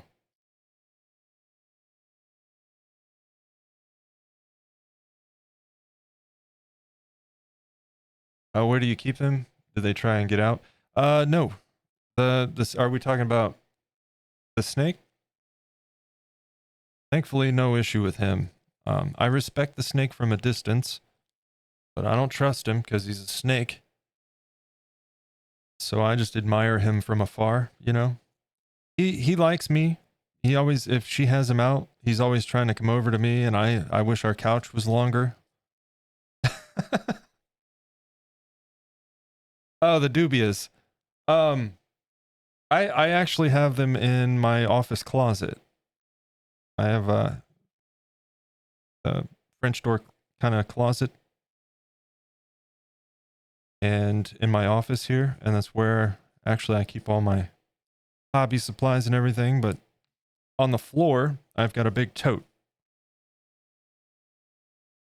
and I use some circle hole cutters with my drill in the top and glued in screen mesh. And then the sides of it are coated with I got it from Josh's Frogs, if you're familiar. It's a stuff that you put on. It kind of looks like a rubber cement bottle, but you brush it on and it makes it so they can't climb on the sides. They just kind of slip off so they can't climb up. And then I have a heating pad attached with a thermostat on the side of it.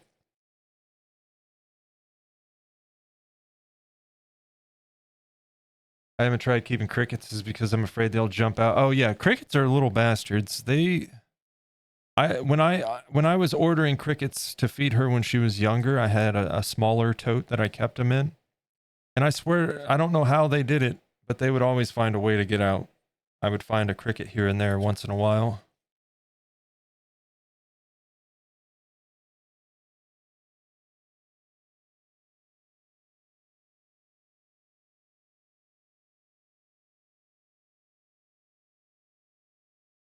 But you know, I was ordering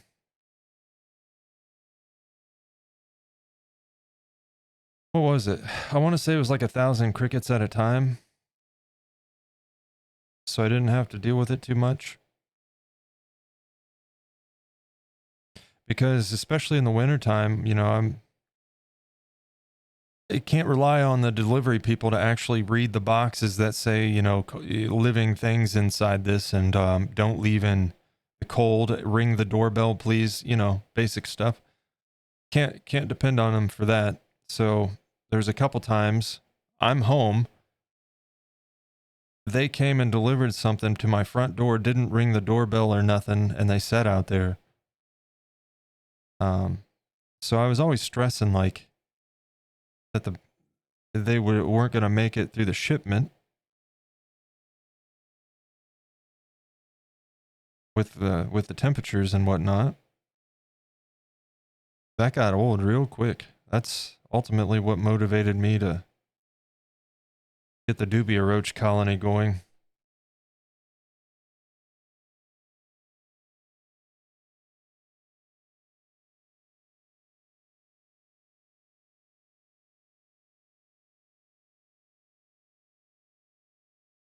Still have that problem with my delivery people, so I not the last time I ordered from Cosclay, but the time before it was all clay, right?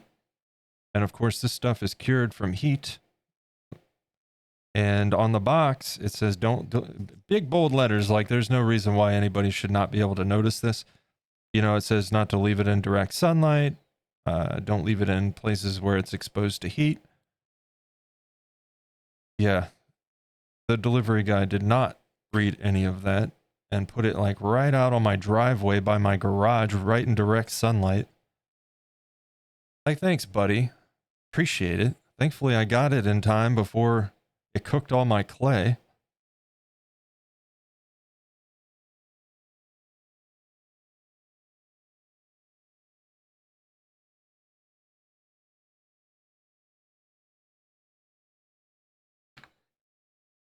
You're a bug farmer? Yeah.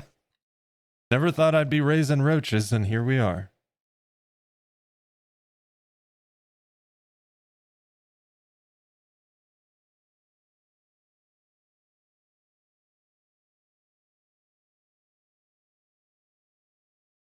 Oh.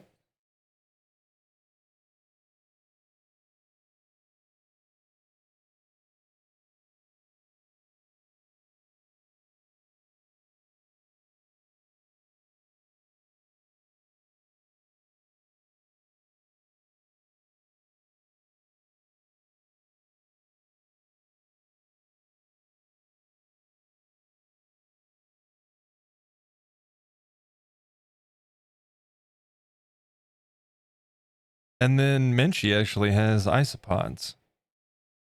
Now, those little guys get out all the time. But thankfully, it's only like one here and there. And, you know, they're isopods. They're not going to hurt anything.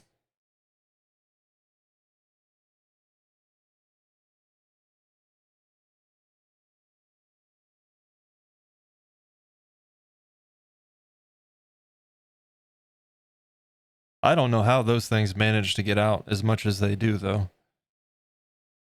We've checked and checked and checked that container over, making sure there's no openings where the screen is sealed and all of that. And it's like, all right, you little Houdini bastards. I see how it is. Apparently, you can just phase shift through the walls of the container. That's the only logical explanation at this point. Are they in one of the enclosures? She keeps, so her snake closure is bioactive. So she has springtails and isopods in there. But then she has a colony of each for stock, and, you know. And the springtails are easy. It's literally like a little plastic butter container almost, you know, and holes poked in it. You fill it with charcoal and water, and the springtails just like live in that.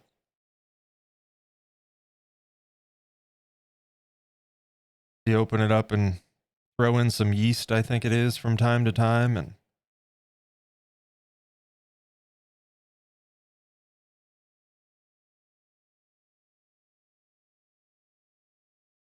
Those things are technically crustaceans. I thought they were bugs. Oh, yeah, isopods. Yeah, there's like aquatic isopods. They look crazy.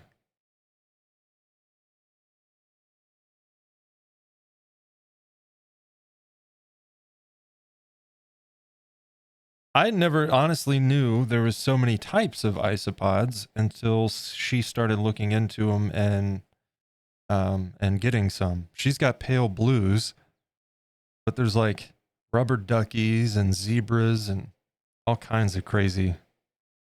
And some of them are wildly expensive, like rubber duckies.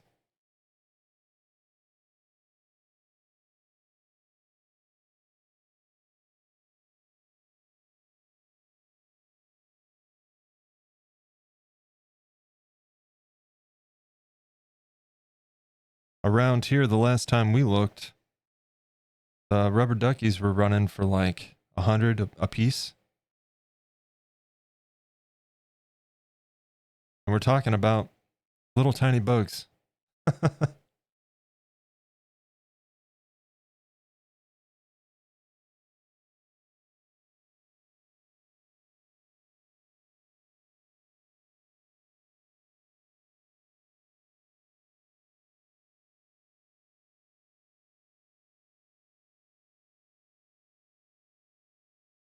Yeah, that could be a decent side hustle. Yeah, so she doesn't pay for rats for her to feed her snake, basically, because she sells, or rather, trades for store credit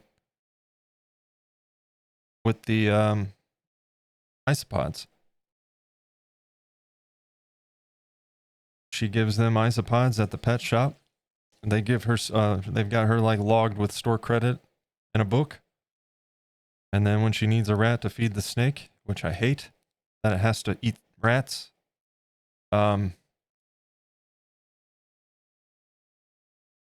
she just goes in and they deduct it from her little book. It's actually how we ended up with our first rat. I've owned rats before. I've actually worked with rats. But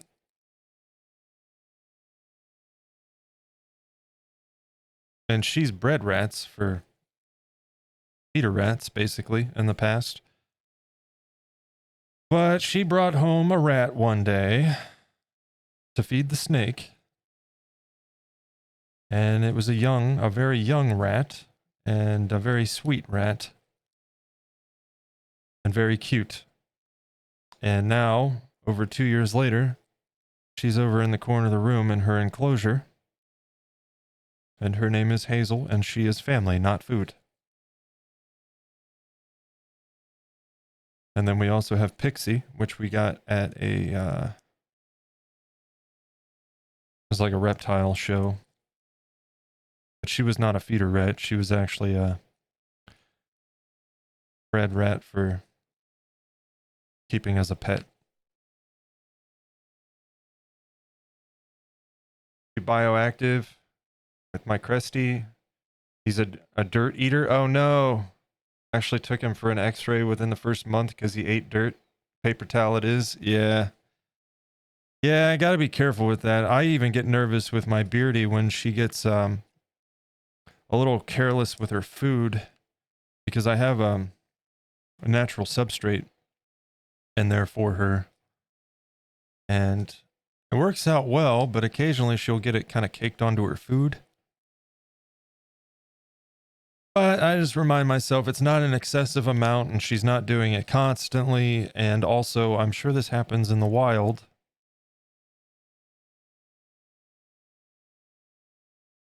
And so far, so good.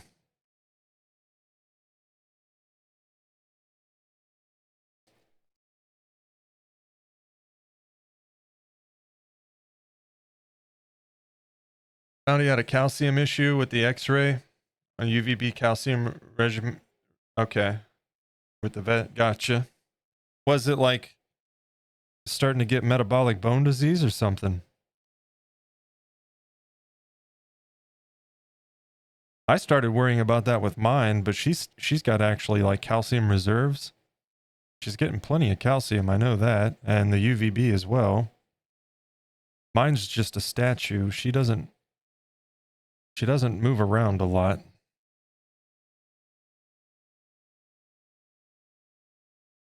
But she's content, she's healthy. So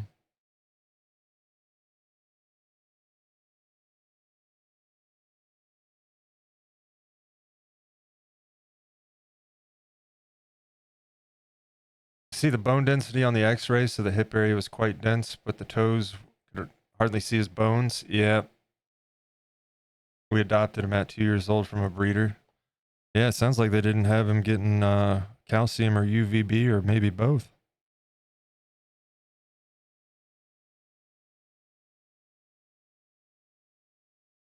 I don't put the calcium in her food anymore. Occasionally I'll sprinkle it on her greens to try to entice her to eat them.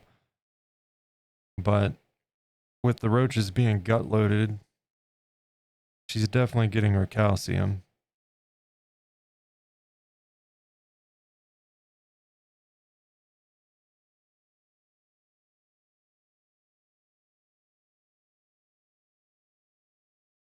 She's just not big on greens.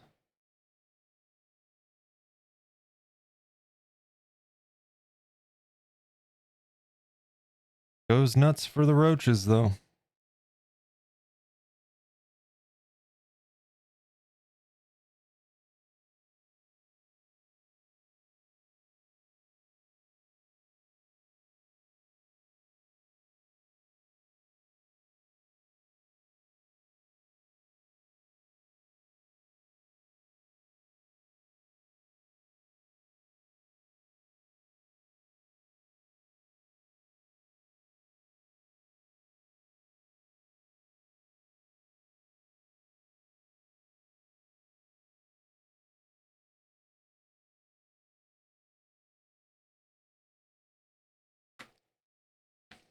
And before we start putting those on, let's get these guys tapped down and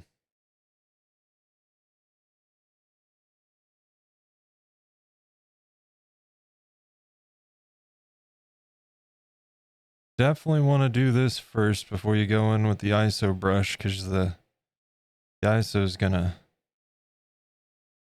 make it more likely that these will snap off. And you don't want that. I cut this one.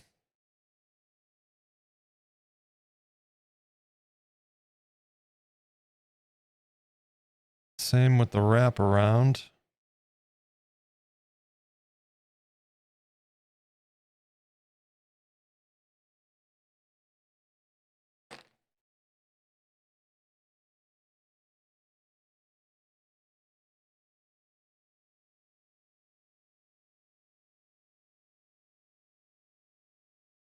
I wish birds weren't so gross.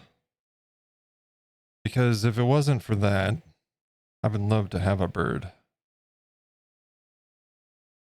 My father had a cockatoo. The big white ones. Like parrot looking things. Super cool bird. He was an asshole, but he was cool.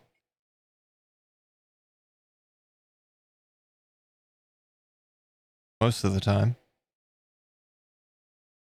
But he loved to mess with people. I was young, and he got in a habit of just trying to be as loud and obnoxious as possible when he knew that everybody was trying to get paperwork done and stuff. Because my dad owned his own business, and they'd do paperwork in the kitchen.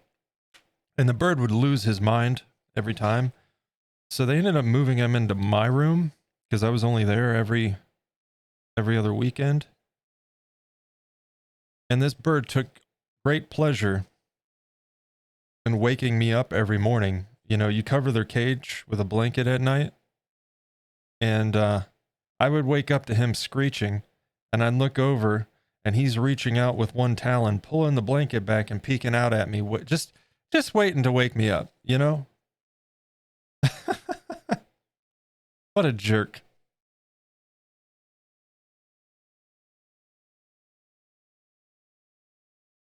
Birds are very sensitive to scents or certain cookware even. Yeah. A lot of work, a lot of mess, a lot of problems. If that weren't the case, I would be all for it. Because they otherwise are very, very interesting. And sometimes they have like the coolest personalities ever.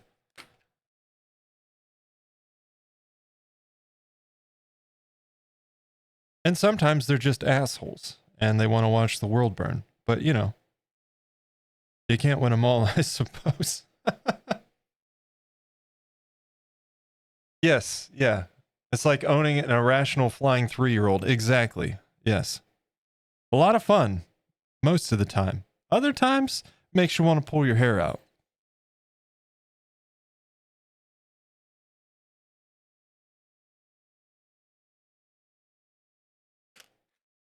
And the only person you can blame at that point is yourself because you decided to adopt a bird.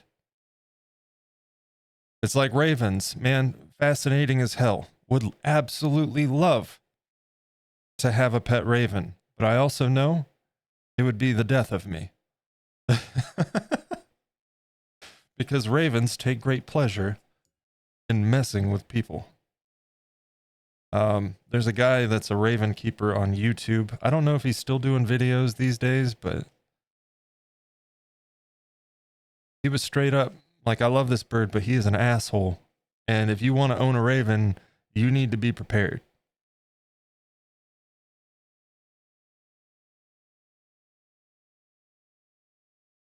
And I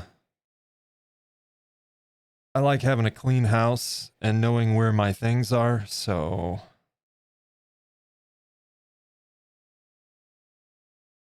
probably not the best pet for me.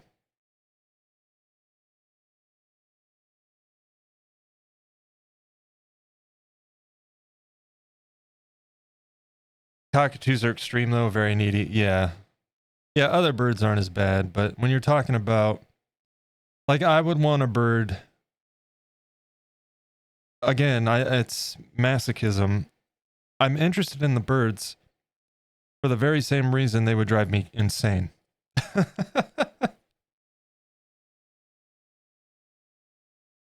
Because the intelligence that comes with them is also what causes them to be a handful, you know?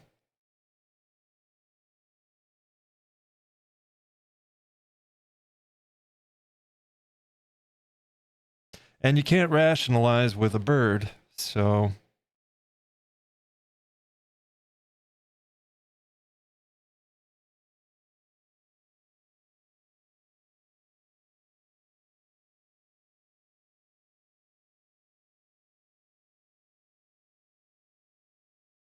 Am I an asshole then because I want to watch the world burn?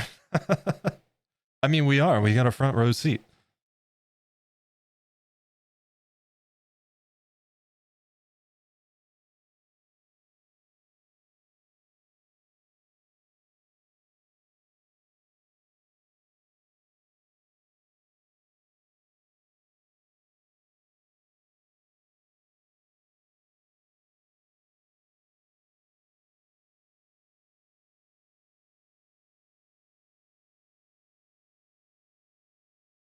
In fact, I feel like this is like the perfect song as a theme song for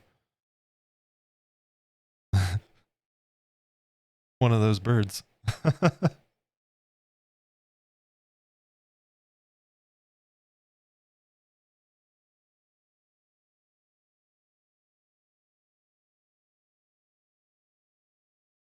Oh, come on now.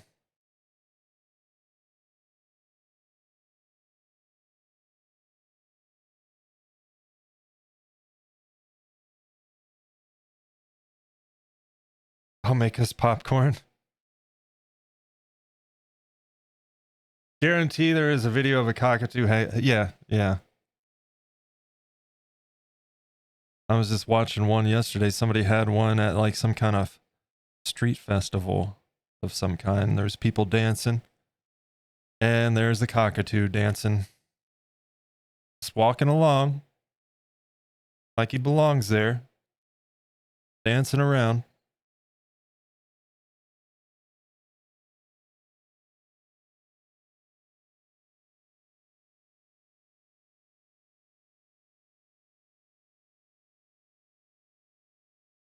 I saw another one too because they keep popping up on my Instagram feed. These people had gotten a new dog, and the bird was meeting the dog, and it was trying to pet its ears. It was the cutest thing. Crochet and Chill, thank you so much for the follow. Welcome in. Happy Monday to you.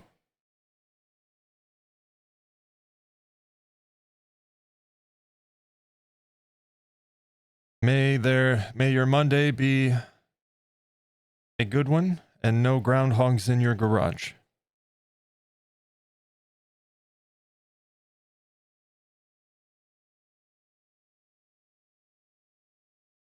Can't go wrong with popcorn. Yeah, man. Hey, did you see AMC is selling bagged theater popcorn now? Like chip bagged, not like Orville Redenbacher bagged. Yeah, saw it at the store. I was like, huh, that's interesting. And I tried it, and it's pretty good. It tastes like movie theater popcorn.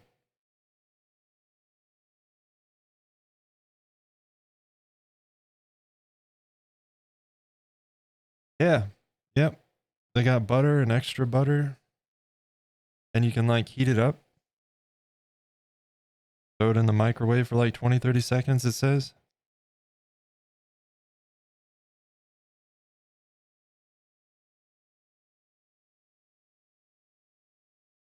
It's going to be my new go-to when we're having movie night at home, that's for sure.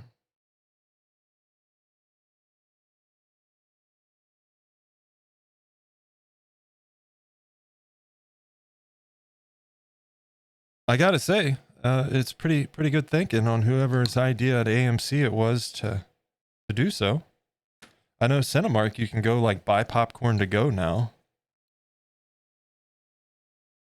You got to find ways to open up revenue streams.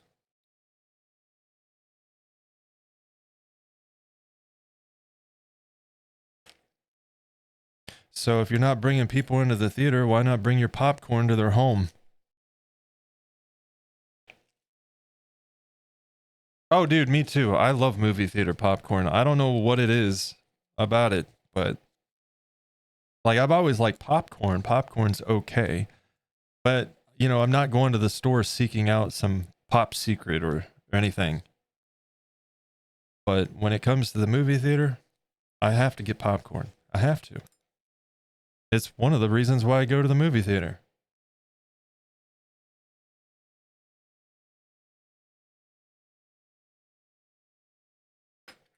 And it's not even like a nostalgia thing because my parents didn't love me. And when we went to the theater on a rare occasion that we did, we were lucky if we got a treat. We certainly didn't get any popcorn.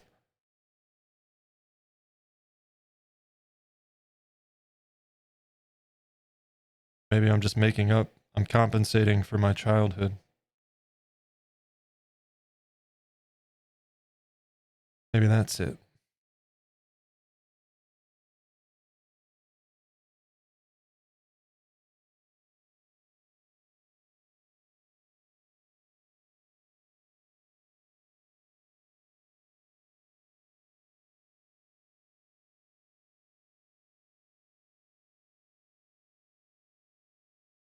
I want to be able to pause the movie so I never go to the theater. I go to the theater when it's something I really want to watch. We have a movie pass thing where we get like a free movie ticket every month and discounts at the concession stand. And there for a while there was nothing coming out. Last fall we went to see something in September, I think it was, and maybe something in October or November. I think it was October. And then I ended up having like 7 movie tickets that had added up. Now we're going through those now because we went to see Kingdom of the Planet of the Apes, which was meh. It was all right. We went to see Furiosa. That was fantastic. I think there was something else before the Apes movie. And then the next couple months, there's just tons of movies coming out. This month, there's A Quiet Place Day 1 we want to go see. Next month is Twisters and Deadpool. And I feel like there's something else this month or next month as well.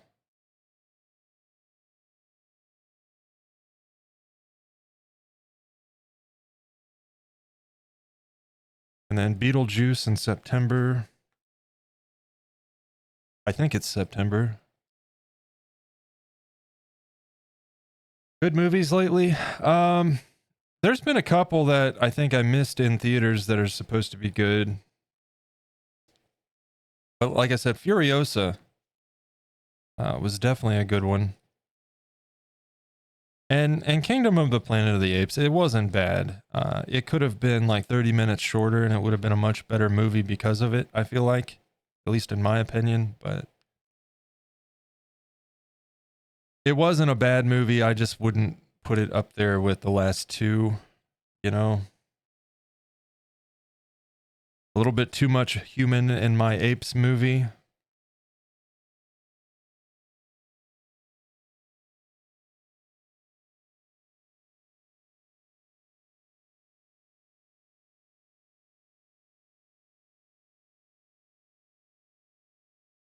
When I visit my sister and her kids around Thanksgiving, we go out to eat, go see a movie. I always get a tub of popcorn. Yeah. I always eat most of the popcorn and then feel like garbage for the rest of the day.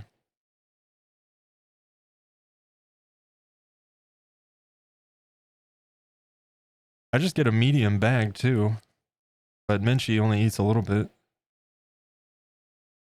And a small is just not enough.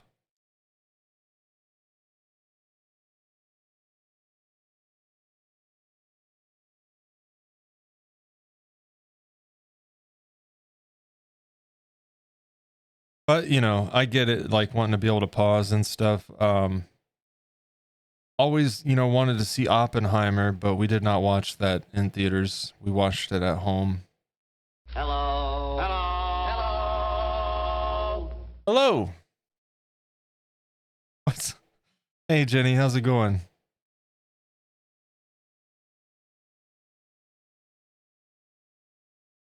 We're working on ear for surprise.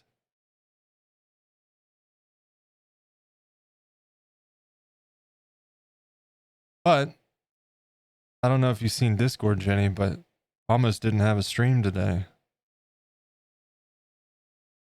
So I'm just glad we're getting anything done.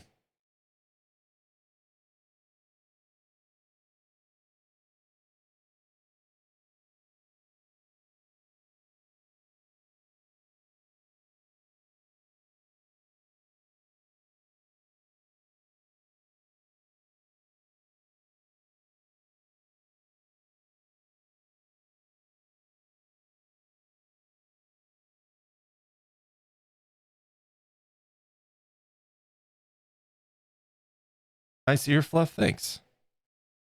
Yeah, I've had a Monday today, Jenny. Woke up rough as it is. So day wasn't starting off great, but I was pushing through and got myself ready and had to go run some errands. So I'm going down to get into the car. I get in, go to the garage and go to open the garage door and I hear a ruckus somewhere around the snowblower that was in front of me. And I get to looking around and there's a freaking groundhog in my garage. So I'm like, what the hell? What is this day? Why? And I get the groundhog out of my garage. I get myself situated and I pull the car out. Then I go to close the garage door and the garage door won't close. Like, what the hell? Tried the remote on the other door. It worked. Not the remote. So I get out of my car, I go look around, and the damn groundhog had chewed the line for the sensors on my garage door in half.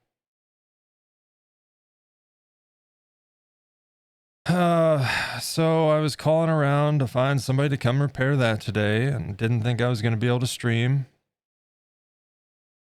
because I was going to have to wait on them and deal with that.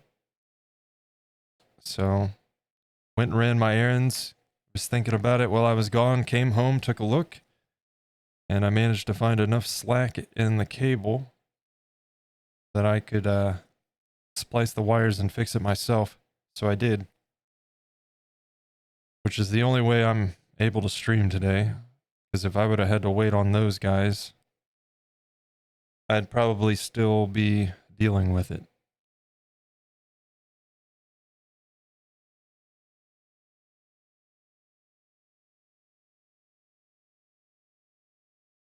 Tomorrow morning, if anything seems too familiar, you've got the makings of a movie. Oh, God.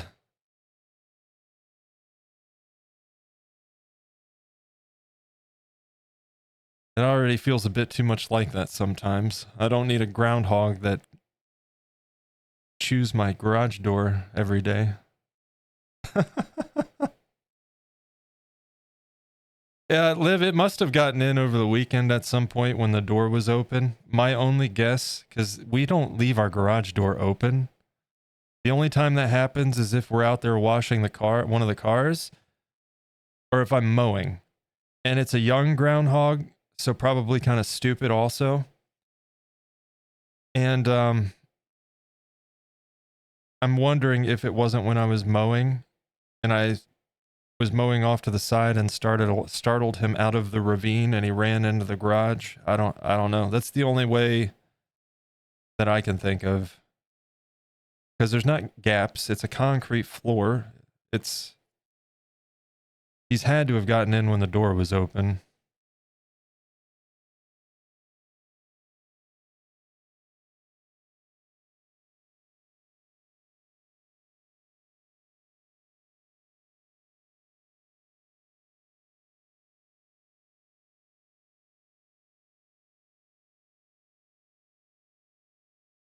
Yeah, well, not again. If he does it again, I'm going to have them come here and rerun the wire, but he better not be in there again, or that'll be the last time he sees anything. Because then I will go get a 22, and it's curtains for him and his entire family.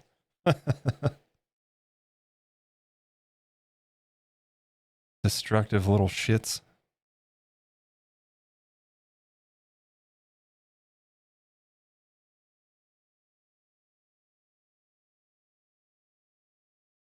Oh no.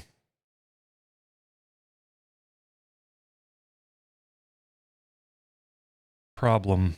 This one should have gone up higher. I thought it would cover, but let's see if we can salvage it.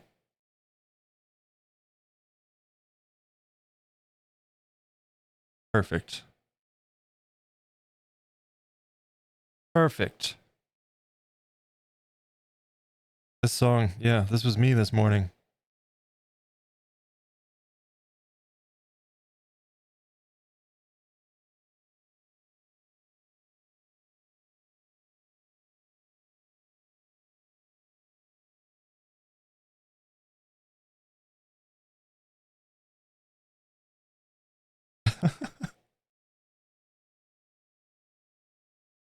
Feral be out for blood.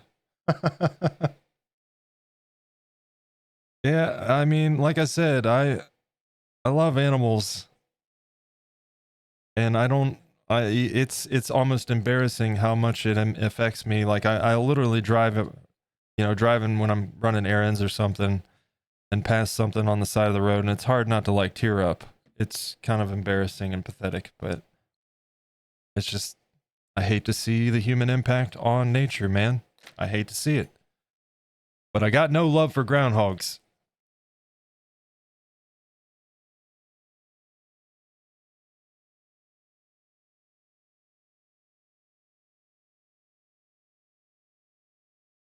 They're not cute. They're not friendly. They're not useful.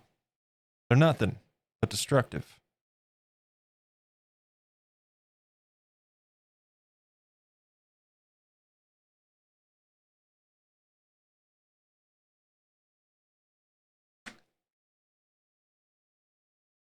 But it's worked out in the end. Yeah, I'm glad I decided to push forward and stream anyway, because normally I wouldn't stream when I'm feeling like I'm in a mood, you know what I mean? But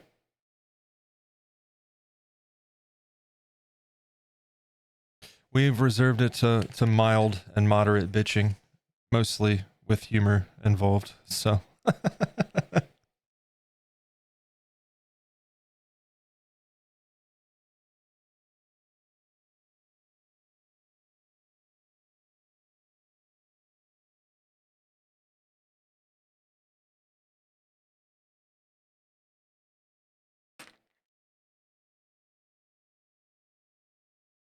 but yeah, it's certainly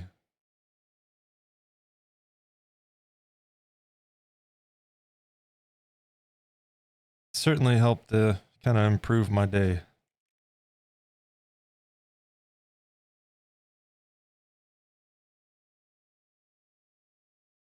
Plus, I don't need to be stressing over this. Because if I didn't stream today, I'd just be stressing about that. And how much work I got to do for this guy yet.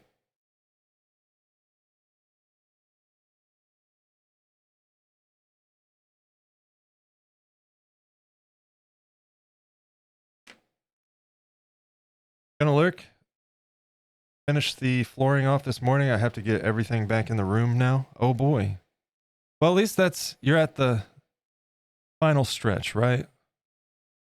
I would wager out of all of it, this is probably the easy part, huh?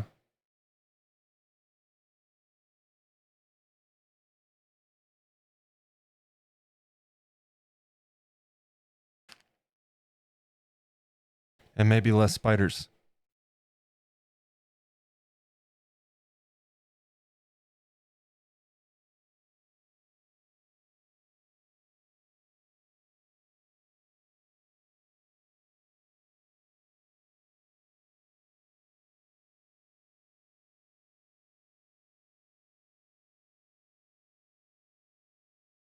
I hope so. By the way, about Oppenheimer, it is good acting, but about as dry as you would imagine for a war and trial theme movie. Yeah, it's a slow burn. I'll give it that. I enjoyed it though, and I normally uh, I like Christopher Nolan, but also he's kind of up his own ass. He's super pretentious, and that annoys me to some degree.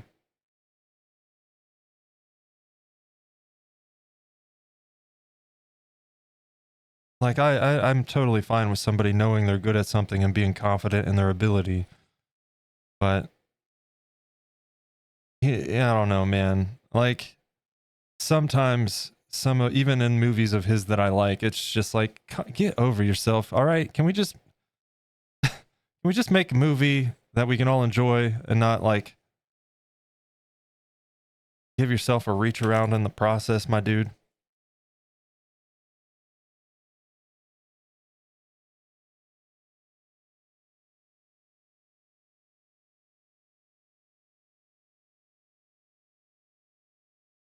Spider population is down. Well, that's good.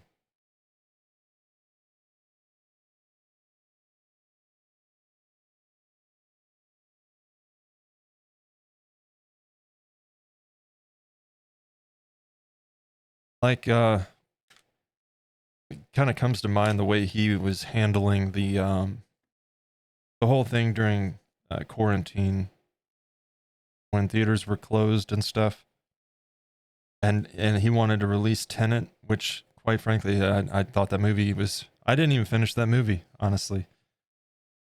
um yeah, when he was releasing that, he was making a big stink out of everything, and it's like, buddy, listen, everybody knows that the world's situation right now is less than desirable, but let's not pretend that you're the only movie maker that's been impacted by this.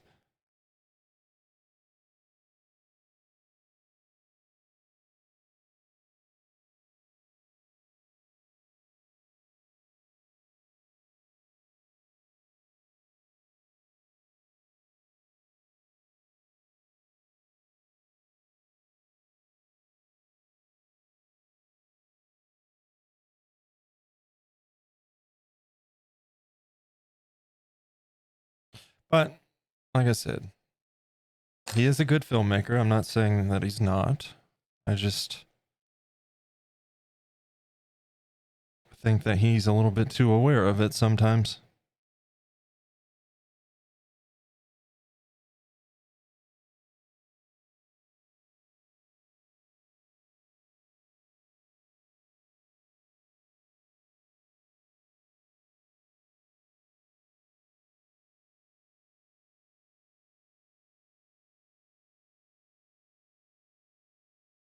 Barbie, yeah, that one's not for me.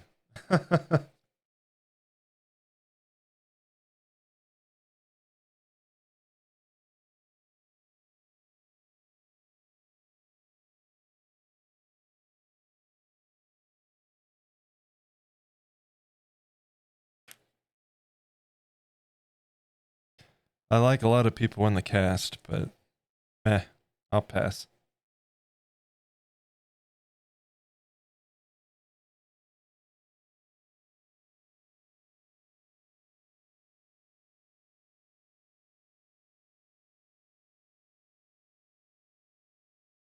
Probably my favorite since Free Guy. Is that the one with Ryan Reynolds in it? That movie was all right. There was parts I liked and parts that, eh. Like every part that Taika Waititi was on screen just kind of made me cringe, but I was also kind of. That was after I walked out of Thor: Love and Thunder completely just gutted because that movie had so much potential and I was so excited for it. And it was awful. Yeah, I like Ryan Reynolds too.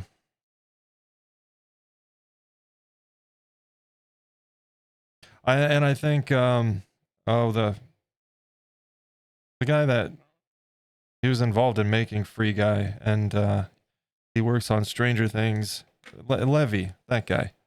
I think him and Levy working together is a very good duo. It seems like a very, very good creative cooperation that they've got going on. That Thor movie doesn't exist like that one X-Men movie. Yeah. That was awful. I'm like, what happened?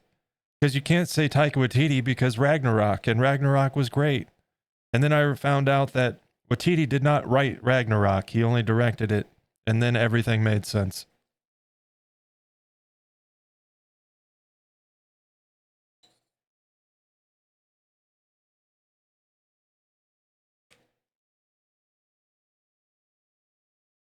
I'm just glad we're getting another Thor movie, and it sounds like it might be awesome.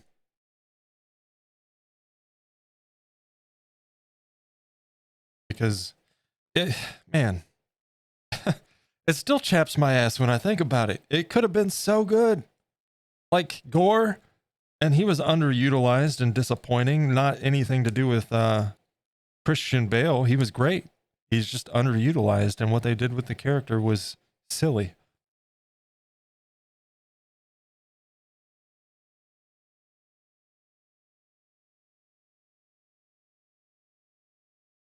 See, I don't know if I buy that. I think we've got a couple factors. DC's superhero movies have been abysmal at best, with very few exceptions. So that floods into it, and it fuels that negative feeling towards it, right? And then you've got Sony that are diluting Marvel with their garbage, which needs to stop. They just need to give Marvel back their properties. And then you had Bob Iger pushing Marvel to release too much stuff, and that's been course corrected. So I don't know that it's necessarily the people that those movies are made for are tired of the movies. They're just tired of the BS, you know?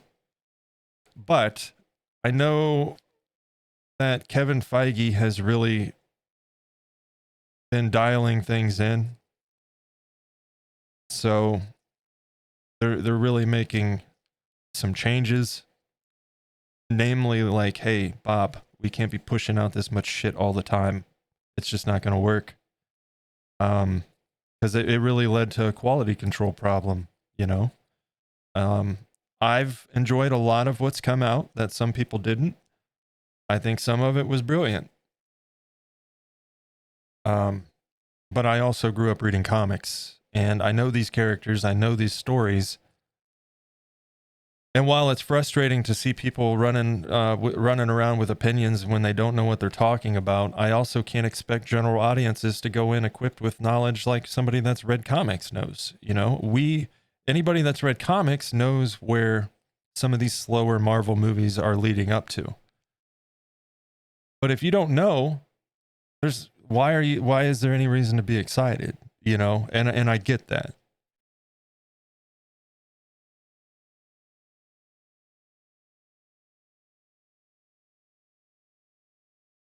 Sony isn't the only one that needs to give Marvel its property back. Who are you referring to? The only other person that comes to mind, or the only other entity that comes to mind, is Universal because they own the Hulk. But it sounds like them and Marvel have worked something out because I believe I heard something about a standalone Hulk project, probably Planet Hulk. That's going to be happening. Sony owns Spider-Man, the license to Spider-Man, or the rights to, you know, use the license, I guess. But the Tom Holland Spider-Man movies, while it was Sony, Marvel basically made it through the deal between them and Sony. And that's why the Tom Holland movies were good. And then we get things like Morbius and Venom and Madam Web. You know, that's all Sony in association with Marvel, because they have the rights to use those characters and no knowledge of how to use those characters.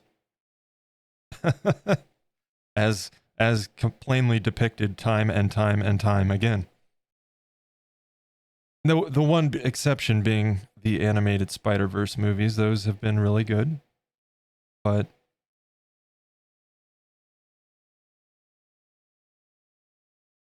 yeah. I have not been a fan of the Venom movies. They just keep getting worse. They nailed the look, but everything else is ugh.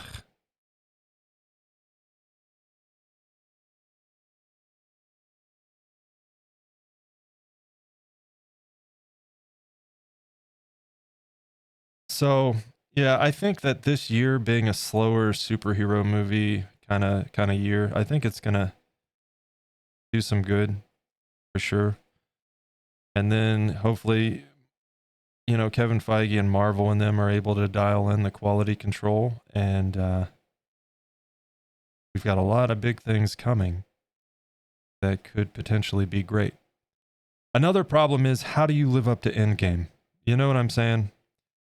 That they've been kind of facing an uphill battle with that for some time.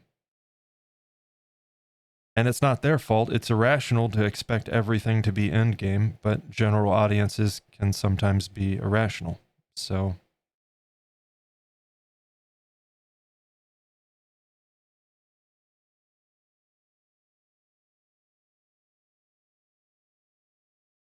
do DC movies typically have the end credit scenes? I rewatched Constantine and just realized it has an end credit scene with Shia's character. Um, some of them do. I know that. And most of them never end up adding up to anything, it seems like.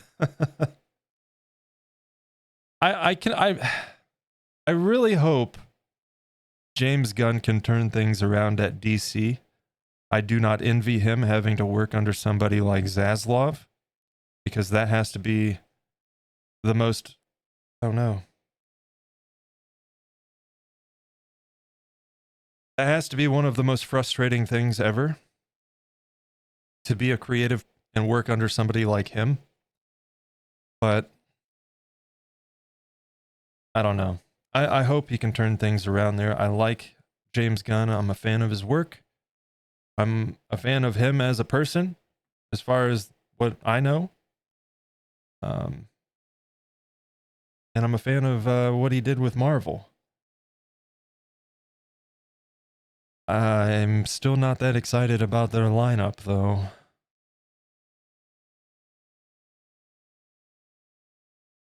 And I'd love to say I was excited about his Superman movie. I just really just don't care about Superman. He's always felt like a one-dimensional, boring character to me. That's not me throwing shade at anybody that likes the character. It's just me saying it's not for me, you know.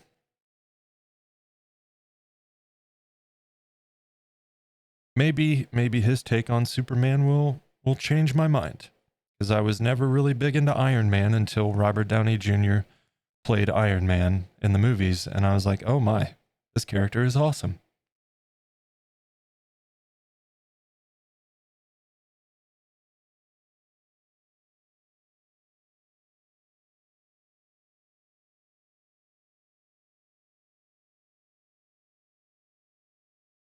So, you know, I'm absolutely open to having my mind changed, but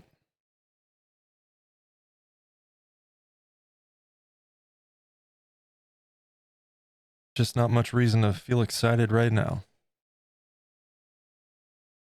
I was thinking Ghost Rider. Sony transferred the movie rights back to Marvel. Seems Marvel still owns the rights. Yeah, I think they've owned Ghost Rider for quite a while, because they used him in the Agents of S.H.I.E.L.D.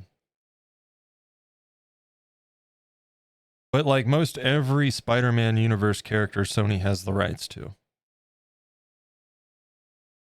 And they need to just give them back.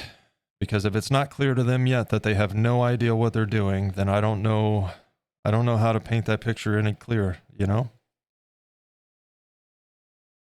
You would think the losses of millions of dollars time and time again would kind of open their eyes a little bit, but then again, we're talking about the same company that made the creative choices that led them there to begin with, so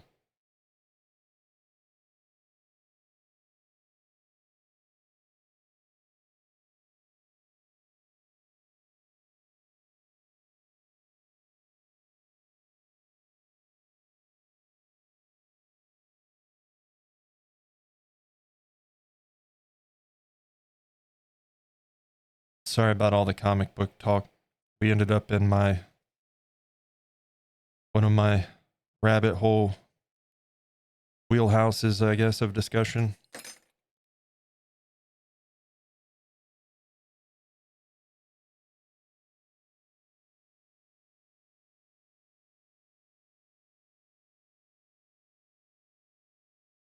Oh no.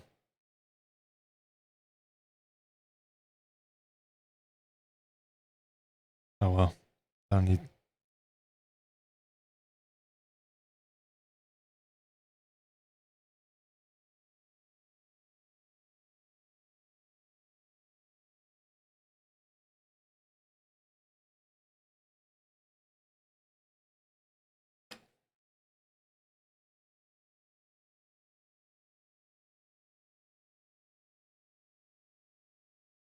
Read somewhere that Marvel sold Ghost Rider to Paramount or someone. It may have been like back during the bankruptcy at the turn of the 2000. Uh, right around 2000 is when all that happened.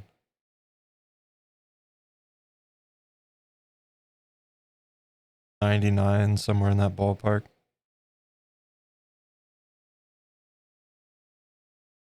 And of course, they've got all the stuff back from Fox because now they own Fox. But now buy Sony. Just get Spider-Man back, please.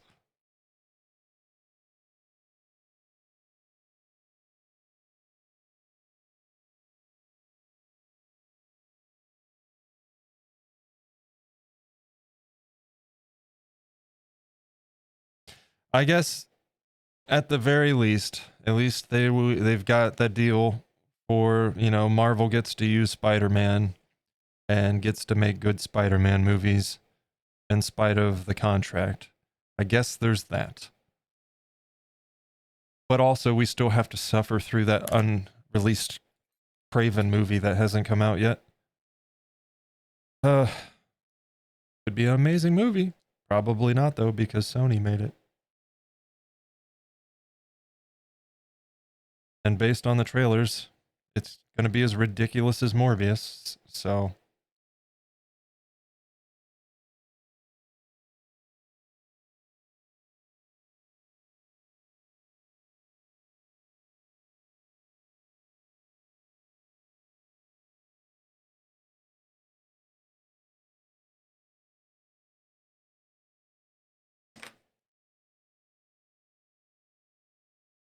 making progress on the scaly bugger.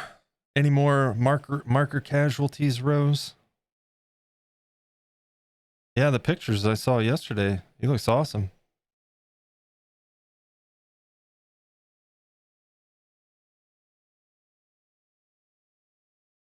Seems like there was a time when Sony was a respectable company.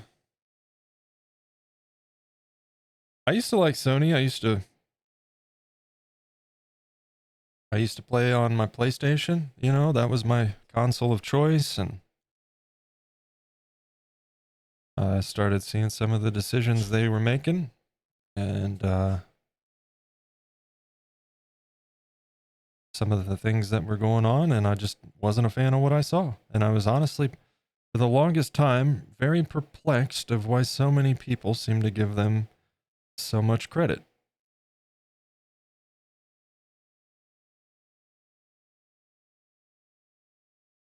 For doing things that I deemed to be pretty anti-consumer.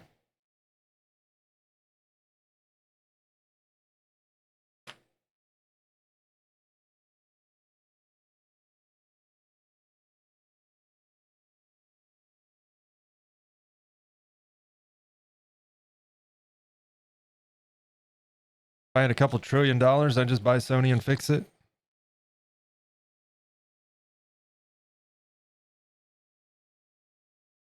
Not yet. Got the other hand done. Nice.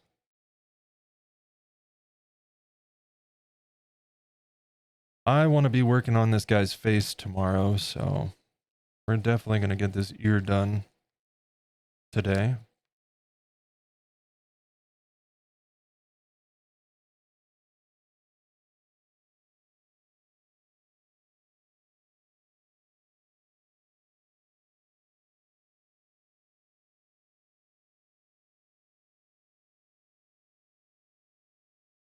And, you know, maybe I can start my day off without groundhogs in my garage.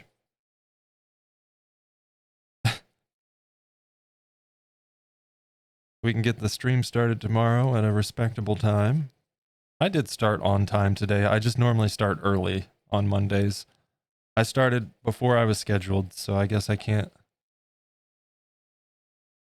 be too hard on myself about it.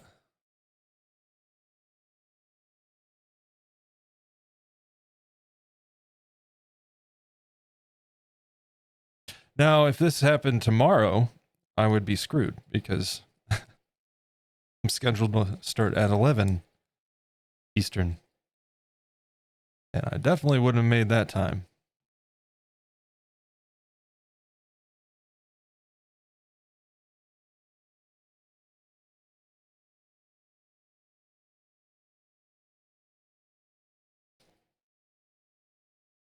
That one's kind of thick. I don't like that.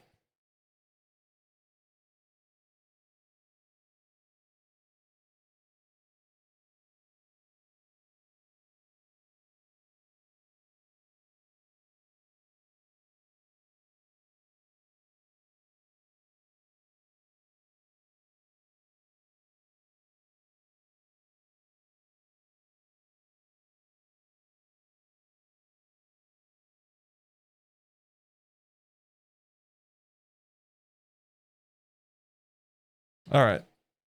Hydrate.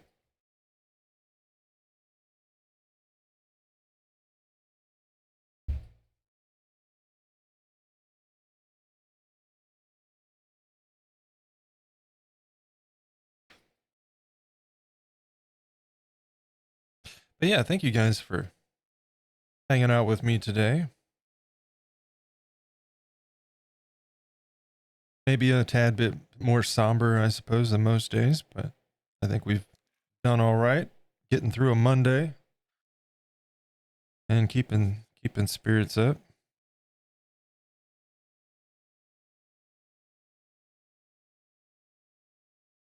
Yeah, these might be too big.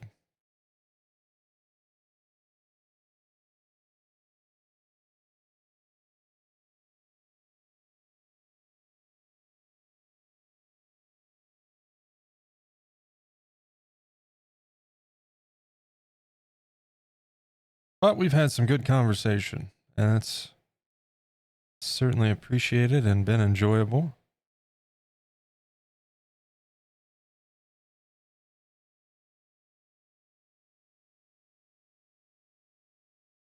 And sometimes you just need, you know, some good conversation to turn your day around.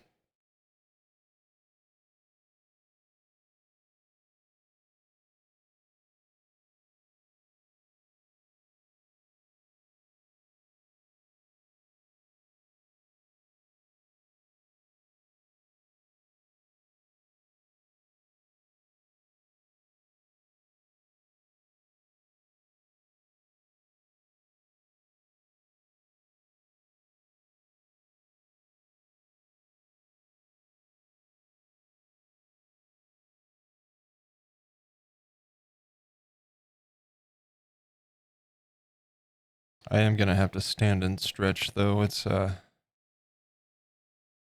only thing about this, I don't know what it is about the repetitive movement of it. It kind of gets into my shoulders after a bit. Tensed up a little bit, you know, when I'm doing this portion and placing the little pieces on the jerboa.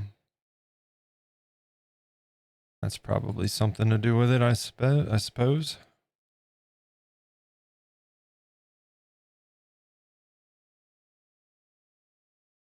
All right.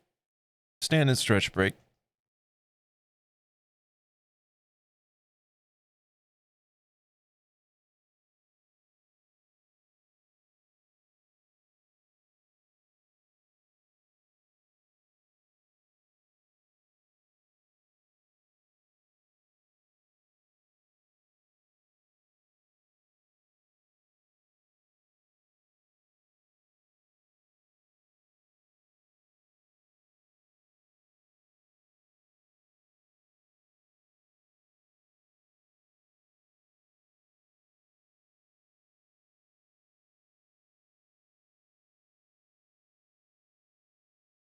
That'll do for now.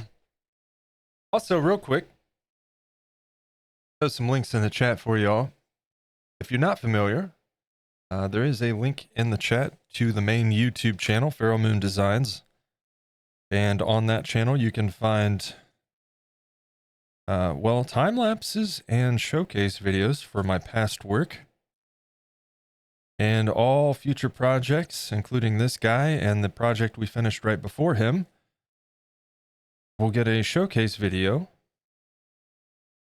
So be sure to be subscribed over there and check those out. Keep an eye out as we're completing projects.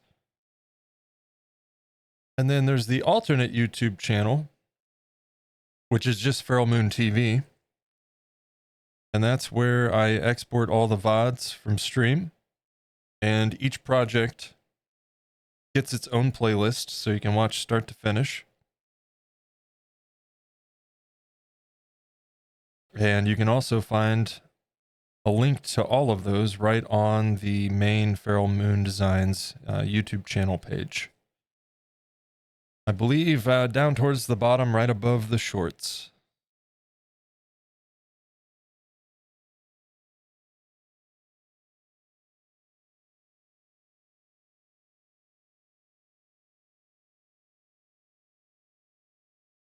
And additionally, there's a link in the chat to the Discord. That is the best place for all the latest updates on the channel and the stream, the schedule, when I'm going live. There's channels in there for you to share your artwork with all of us so we can take a look at it. Love to see it. And also let us know if you're going live or posting any new videos. And, you know, best place to keep up with any changes in the schedule. Like, hey, I woke up today with a groundhog in my garage. I don't know if I'm going to be able to stream or not. Things like that.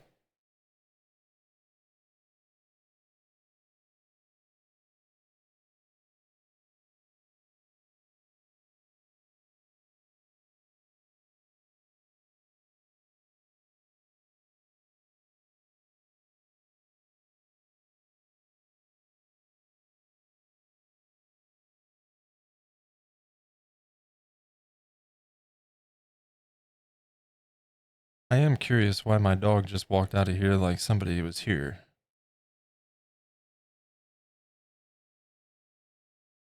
Is there a Menchie here? I don't know.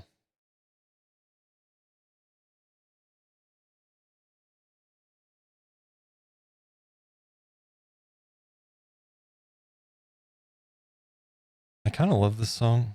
It's kind of creepy, but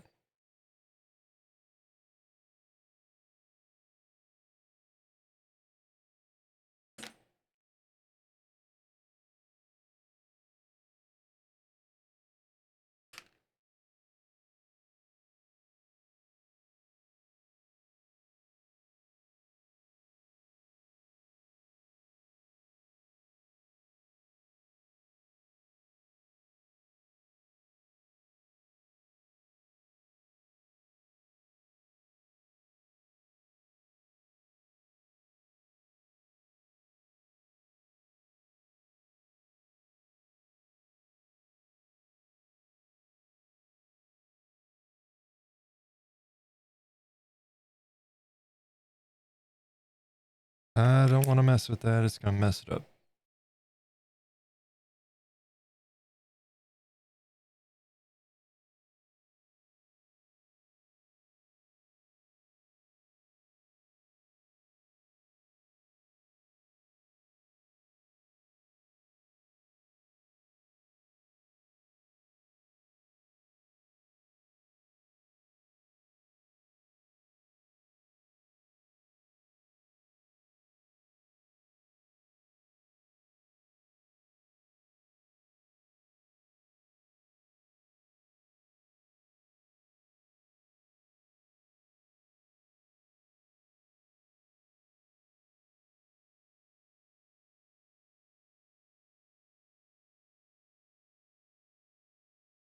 Okay.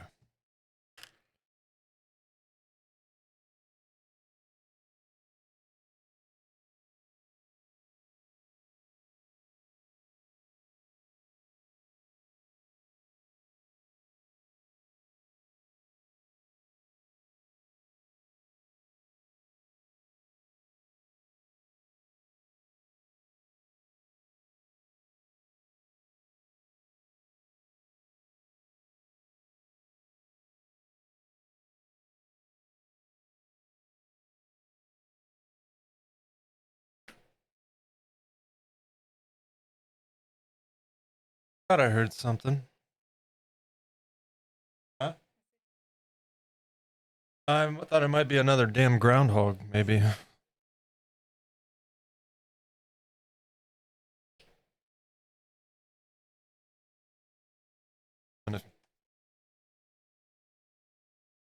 Probably call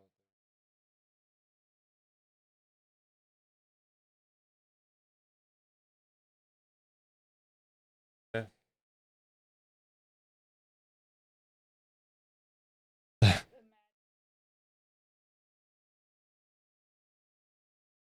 Yeah, we'll talk about it later. So you had about a Monday about like mine, huh?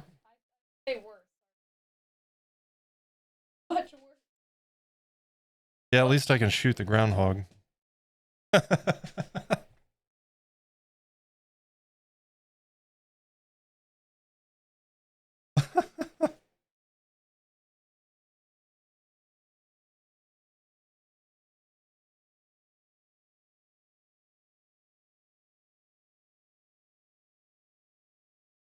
All right.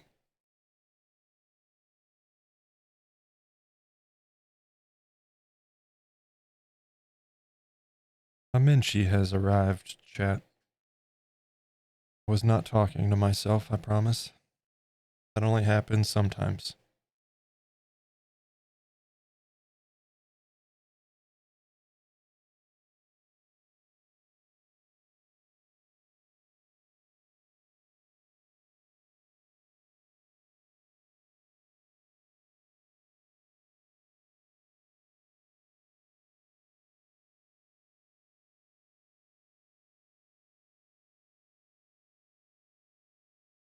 I'll let her know you said so. Fire Shadow, she went off to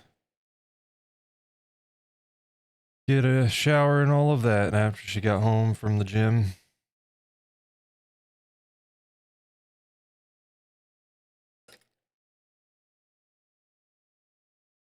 Heard her in the background? All right. I wasn't sure.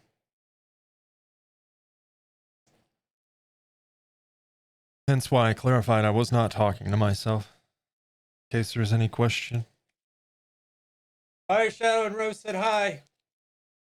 I don't know if she said hi back. She probably did if she heard me.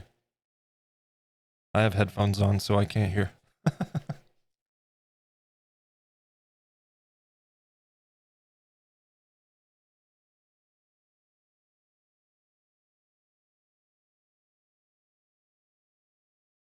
All right. Roll out some more fur. Yeah, we're going to finish this ear up chat. And then I don't know. We probably will have a bit of a short stream comparatively today. Just because it's going to serve as kind of a stopping point, to be honest. And I'll get him in the oven so that we don't have to worry about messing anything up, because we're going to be working right around the edge lines of these ears. And we definitely want it to be cured before doing that. So I'm not entirely certain, let's finish this ear up. We'll look at them, see if there's anything we can get done here. And then we'll pick up wherever we leave off tomorrow. And maybe since today was kind of a funky day, we'll do a bit of a longer stream tomorrow as long as work permits it. The workflow should be fine. Should be plenty to do. It's just a matter of if we get into a situation where we need to bake before we continue. Eventually down the road, I'm considering maybe doing multiple projects at once. So not only can we, mix the streams up a little bit, but in the event that we run into a circumstance where, okay, we can't do any more on this guy until he gets baked, then I got something else I can pull out and work on a bit. But when it's a big project like this, I don't know, because we're on day 13. And we haven't even started painting. This is certainly, absolutely the biggest thing I've ever done.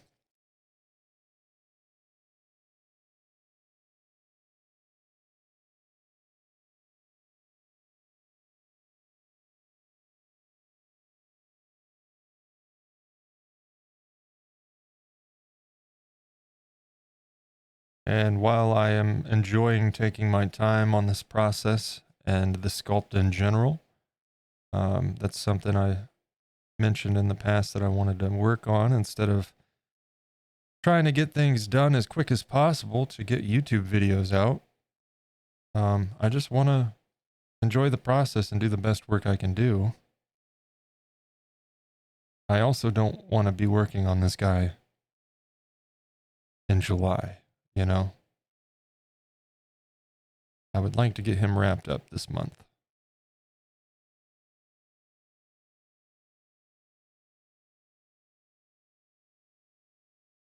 Which is totally doable as long as we keep the pace.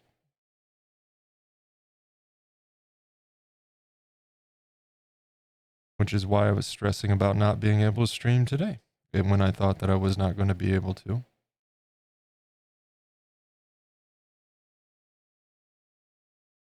Because if we don't get the ears done today, then that means I have to wait till tomorrow. And if I waited till tomorrow, then we couldn't start the face or anything else until Thursday. And I did not want that.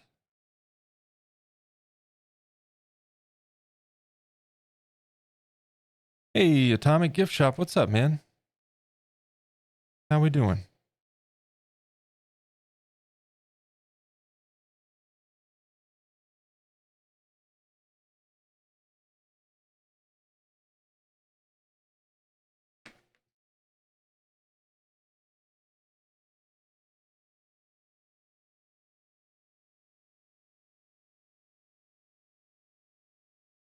Folks in the chat there, you'll find a shout out for another creative streamer here on Twitch, Atomic Gift Shop.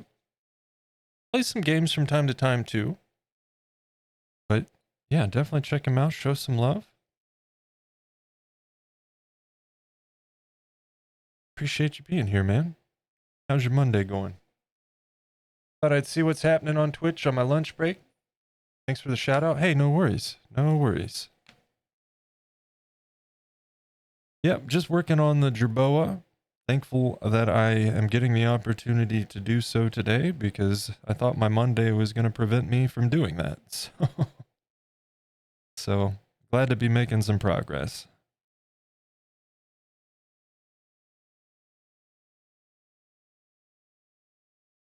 This fur texture is time consuming and tedious, but worth every bit of it, in my opinion.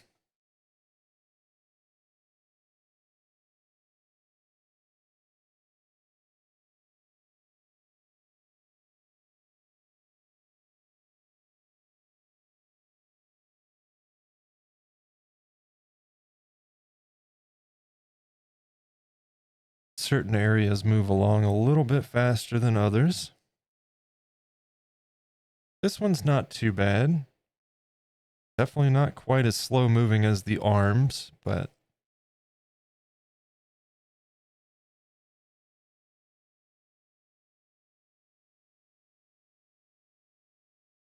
yeah, I hope you're having a good Monday, sir.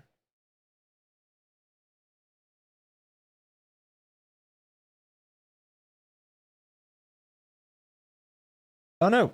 Oh no. No, don't rip it.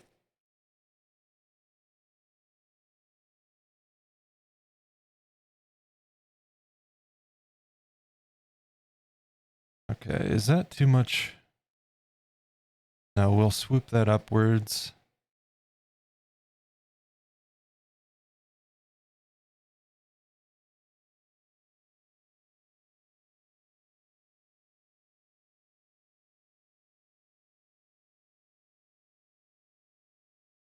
We'll come back in with a brush for that, of course.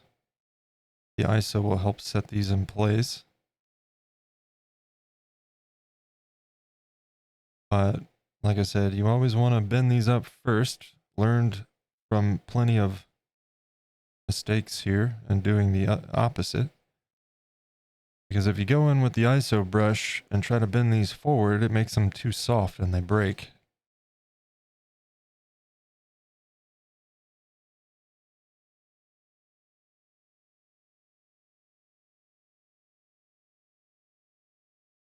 Looking great so far. Thanks, man. Yeah, he's really coming together. I'm really happy with how this guy's turning out. Especially given how nervous I was about this project.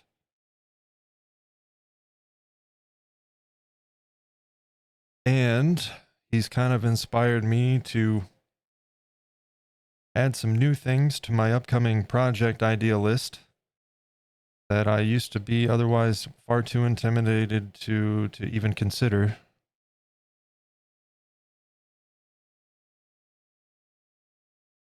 So those should be fun when the day comes.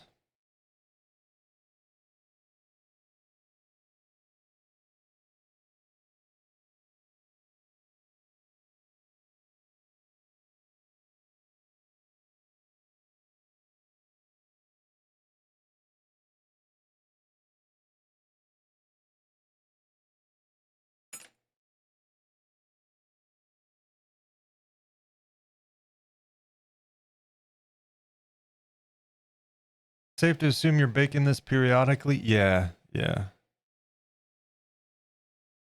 Like we did this side on Saturday. I went ahead and baked it just so we weren't bumping it and smushing any of the texture, you know. And I'll do the same with this, especially because, like, let's say I did both of these the same time, it'd still get a bake because we're going to be working through here with an overlap area. And I would definitely not want them getting smushed or tangled up. And it's very nice that you can do that with this clay. Make yourself like a little bit of a save point, I guess.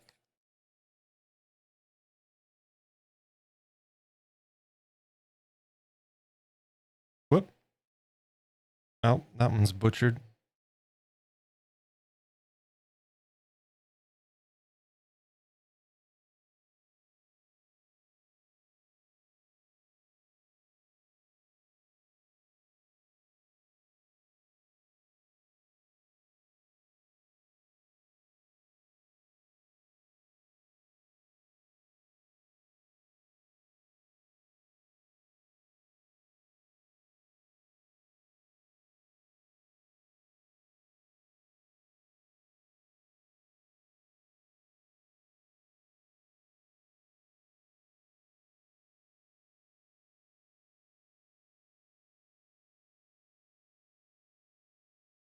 And then another trick is just to make sure you're moving as much excess and spacing everything in an appropriate way, because some places you would want it to kind of stack and layer up a little bit to bulk out. But we don't want that here. So you always got to be mindful of the spacing on that. Another trick I've learned in this process is staggering your placement. Don't line everything up or you're just going to end up with line patterns in your fur. And also, cutting these different sizes and thicknesses helps to create a bit of a natural blend as well.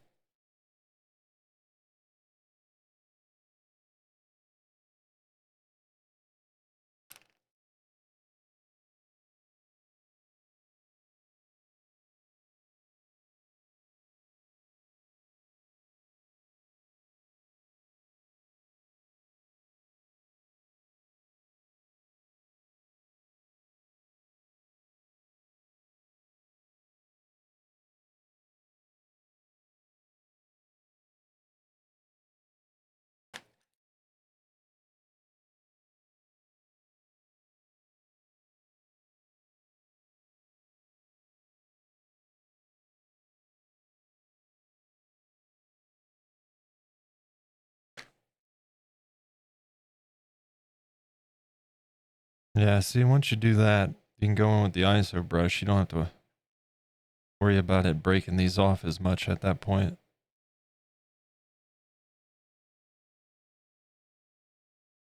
You're going to get some breakage, and as long as it blends nicely with the under and over layer, you're fine. But worst case scenario, you just peel it off and put a new one on. That's why it's important to do this as you go, so you don't end up having to remove entire sections.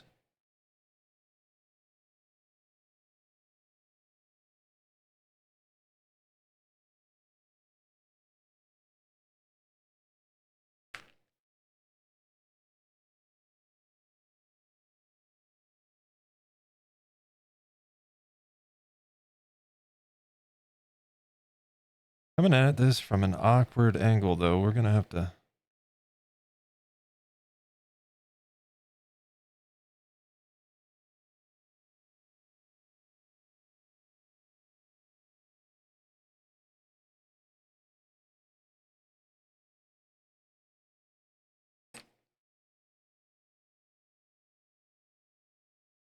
Okay, let's get some more fur made, and then we should be able to finish that up.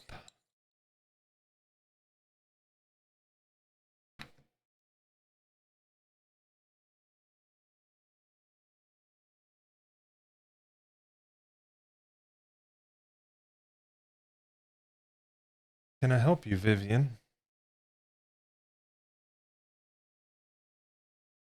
I think the dogs know it's time. It's time to eat, and I don't think Minchie did that before she got in the shower.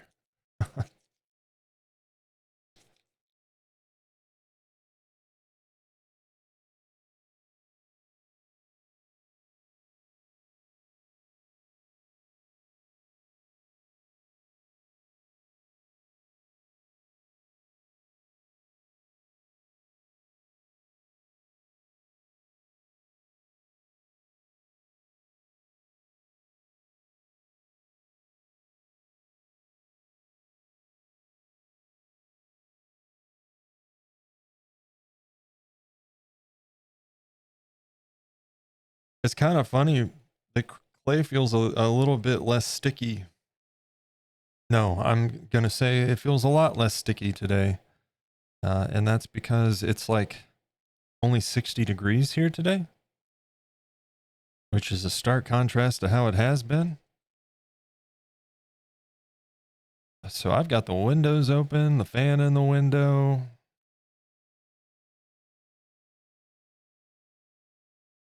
It's like right at that borderline where it feels good, but like right there where it could be a little bit chilly.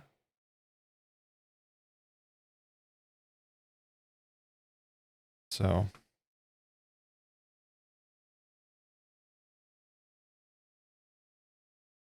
oh, Atomic, I'm in Ohio.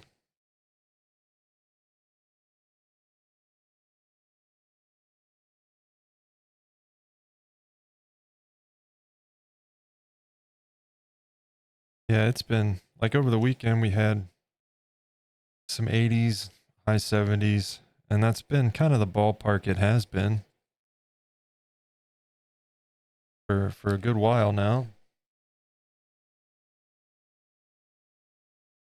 Groundhog might come through the window. Well, I'm on the second floor, so he better not, or we're gonna have some questions. Weather's fairly similar at the moment here. PNW. PNW. Pacific Northwest. We were just talking about that. Do they have porcupines in the Pacific Northwest?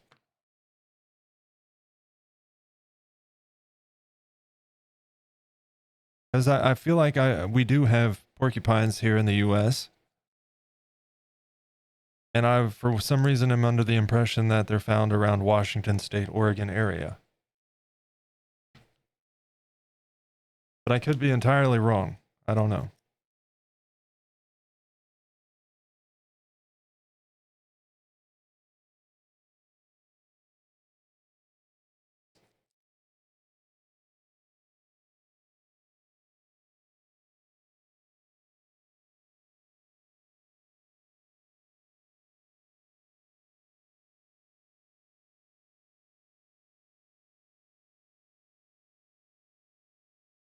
Yeah, this is my kind of weather, if I'm being honest. If it was like this all year round, I'd be 100% happy. I don't like the extremes in either direction. And I hate humidity. I cannot deal with humidity. I've dealt with it most of my life. I've never liked it, but I tolerated it. And now I'm just too old to be patient about it. I don't like it. Porcupines all over? Oh, they're not around here. I know that much.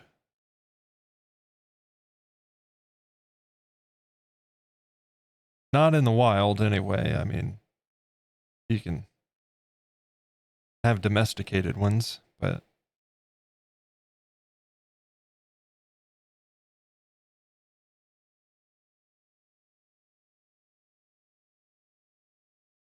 that is one nice thing about Ohio. We don't have, I mean, not that porcupines. I wouldn't want to run into one personally, but it's not like they're an aggressive predator or anything. But that's one nice thing about Ohio. There's not a lot of animals here that are looking to make a meal out of you or poison you or anything like that. We got brown recluse spiders. You know, you got to keep an eye out for them. You may run into a diamondback in the southern portion of the state, like way south, but typically you can go into the woods and not have to worry about much of anything. Maybe coyotes, but they're not much to worry about really anyway.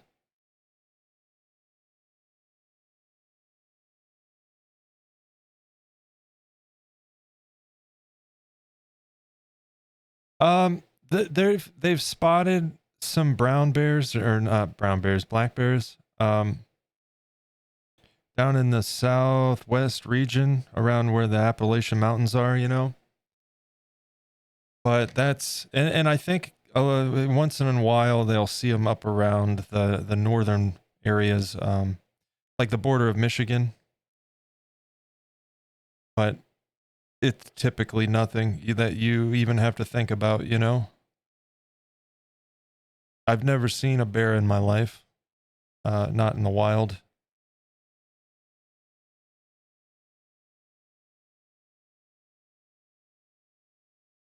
Time for me to go. Take care. Hey, Atomic, thanks for coming in and saying hello, man. It was good to see you. Hope the rest of your day goes well.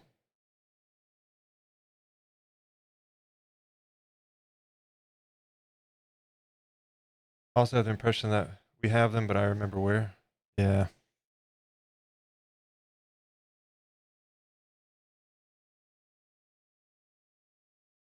Yeah, if it wasn't for the cost of living and the amount of people that seem to move to the region, I would love to live there. Like Oregon, Washington. I know it rains all the time, but I'm from Ohio. I was born in the darkness.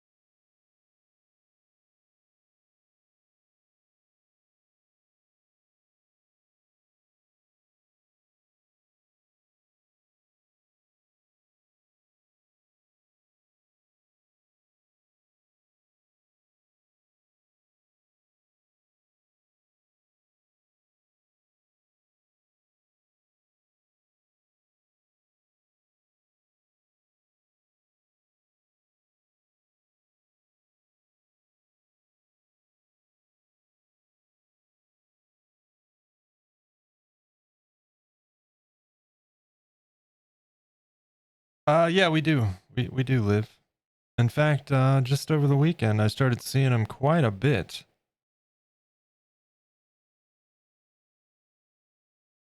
Where are among groundhogs and everything else, we have an abundance of fireflies.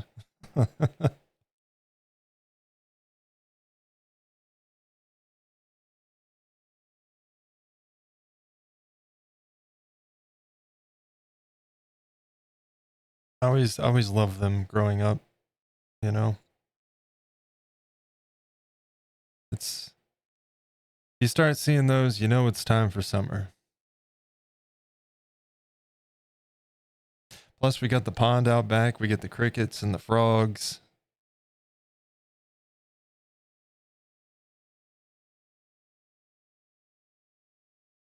Nice summer ambience.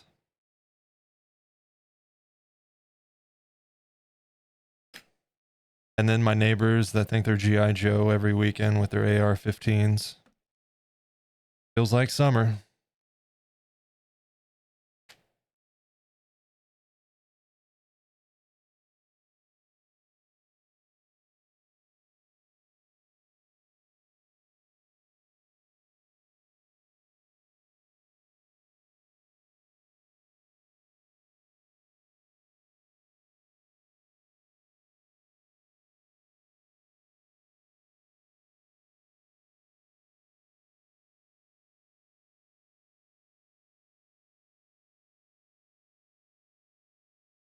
I've only seen them while visiting Eastern Canada near Maine.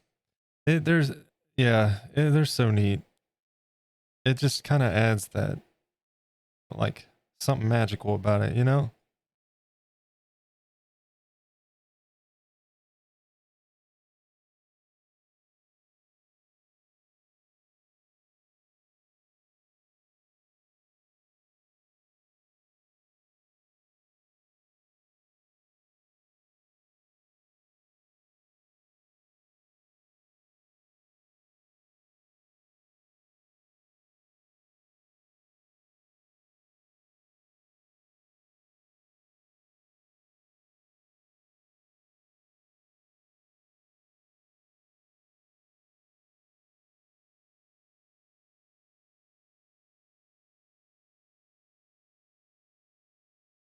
And thankfully, we don't get the oh, what do you call them? You'll see them from time to time, maybe like one or two. Um, Mayflies, I think they call them. Katydids, like weird, big looking wings on these things. A funky looking bug. They get a lot of them around the lake. Thankfully, I only see them on occasion here because those things get annoying at nighttime because they're attracted to all the lights. So, you know, porch light. Yep, porch is covered.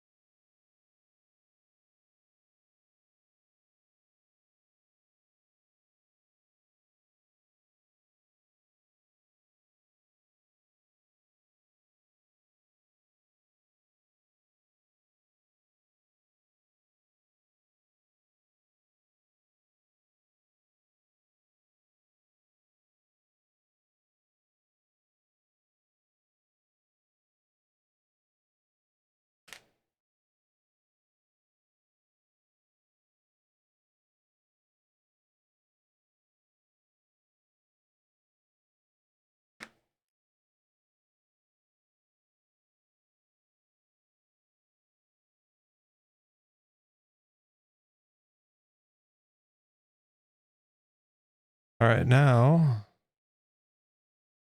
let's kind of go over our overlap areas. Make sure everything's slightly tucked in.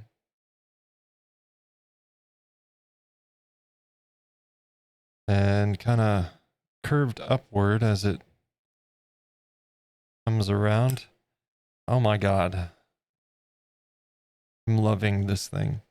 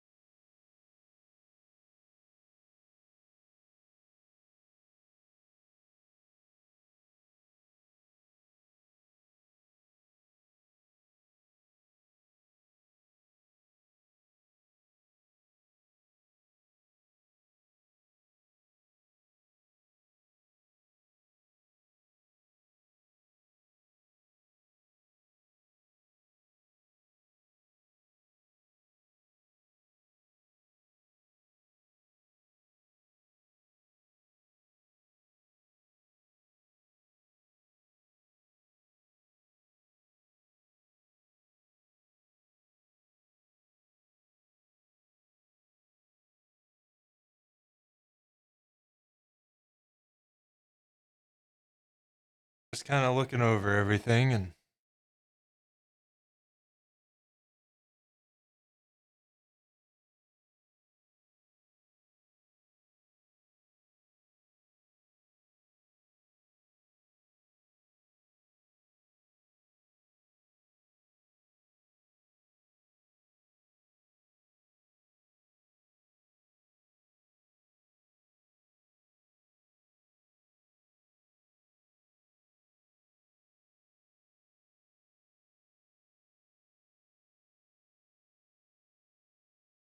All right.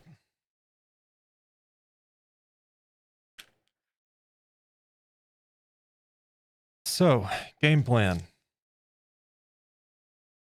It's gonna be a little bit tricky, this guy. Hair needs to go up this way into the ears, which means we start here and work back towards the eyes, and then we get an overlap chunk here to build that out with the brow. We're going to need a strip of fur that runs down into here and blends from back along the ears on each side, leaving the middles open to the current texture and kind of blend it in between. So it'll come down this way, but then meet at the corner of the ear with hair coming in kind of at a swoop. That'll get overlapped with the brow.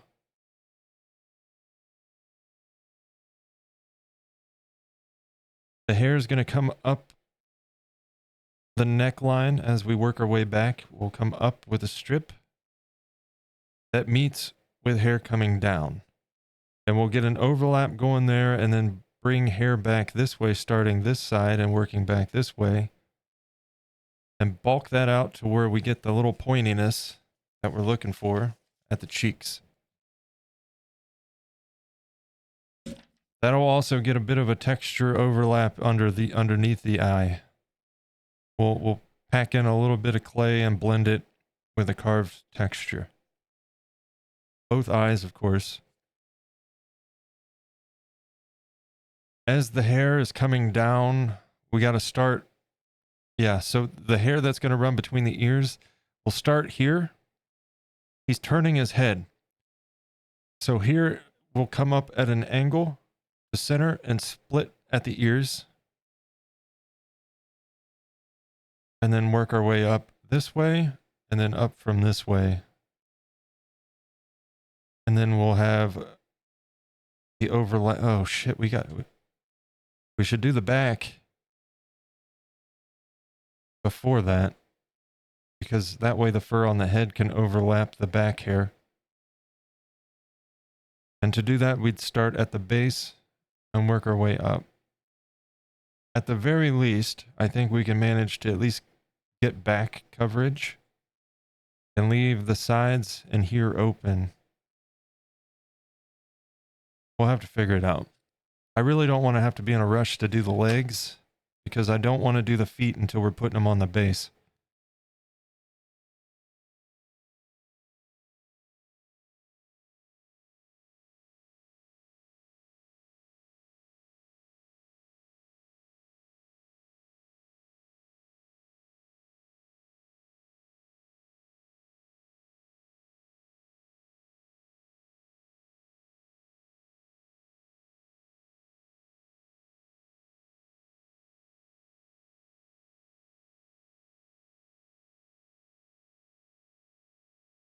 So, yeah. I know we can, at the very least, work on his face tomorrow.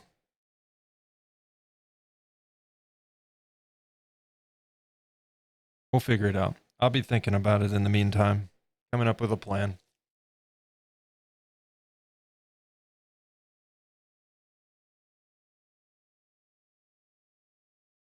But I will put him in the oven. And that way his ears don't get messed up.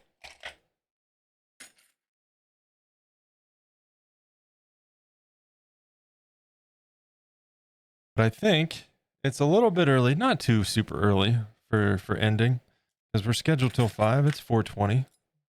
Blaze it, you know.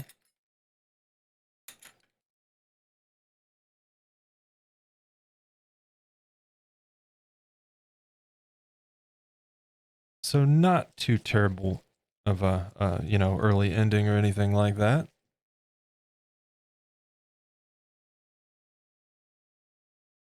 Tell you what, I'm gonna clean this, and in the meantime, I don't normally call you out, lurkers, till the end of the stream, because I know I myself tend to hang out in streams and chat a bit, and then I'm working in the other monitor, so I'm like lurking, but I'm not lurking, because I'm there, but I'm not, because I'm lurking. So I'm like semi-lurking. Let me know if you're there and you're ready for, or you're wanting to join us on a raid. Just kind of, if you could tap the keyboard, hit 1 on the keyboard or something. Just let us know. We got enough folks interested in raiding. We'll go say hello to someone.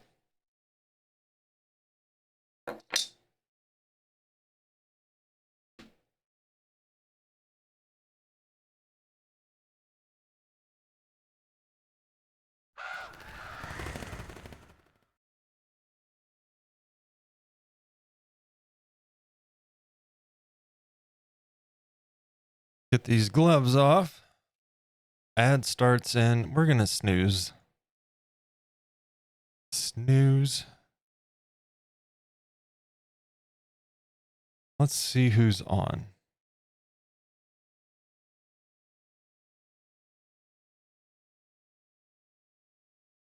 Anybody we'd be able to say hello to?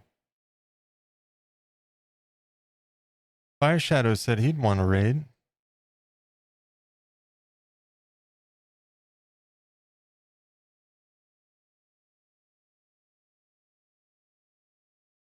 Seeing if I can find us a...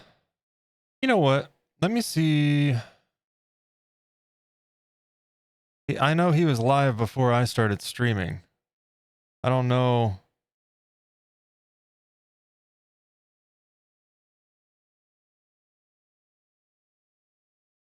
I'm gonna pause the music.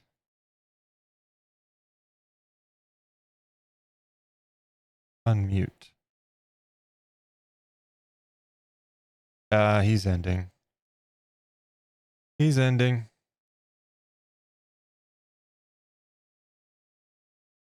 Hopefully he's not raiding us, huh?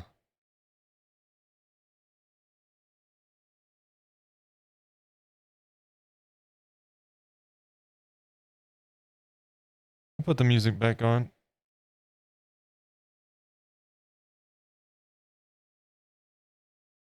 What we got going on here? Speed paint.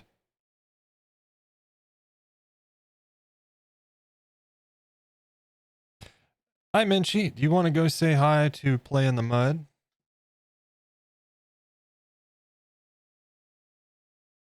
Why don't we do that?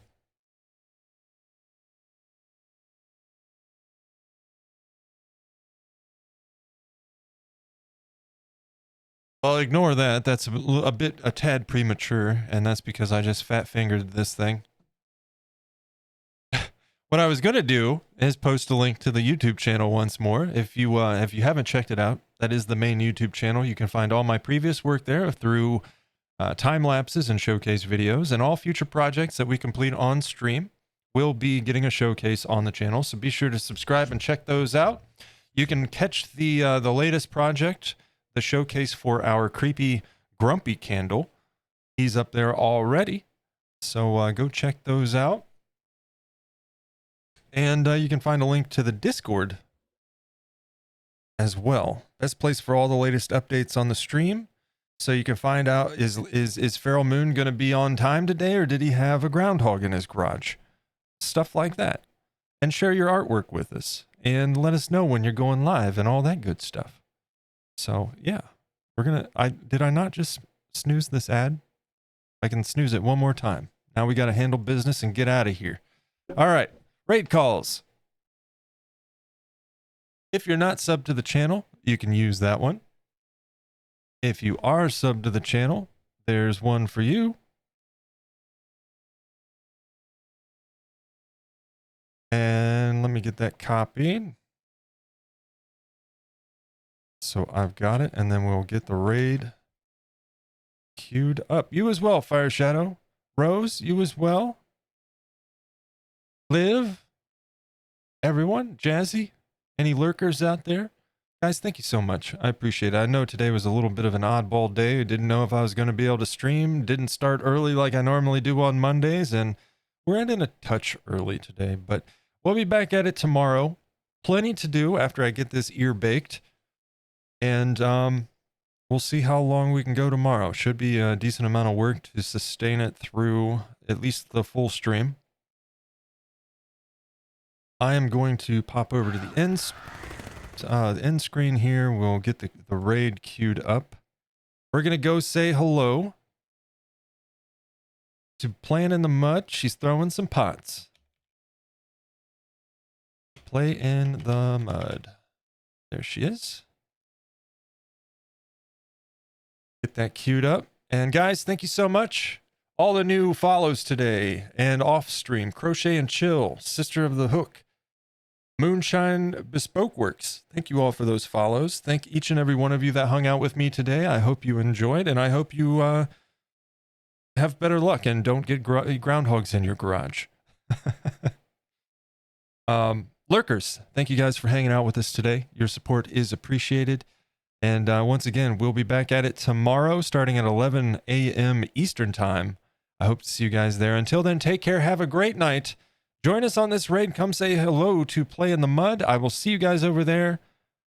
You guys take care. We'll see you soon.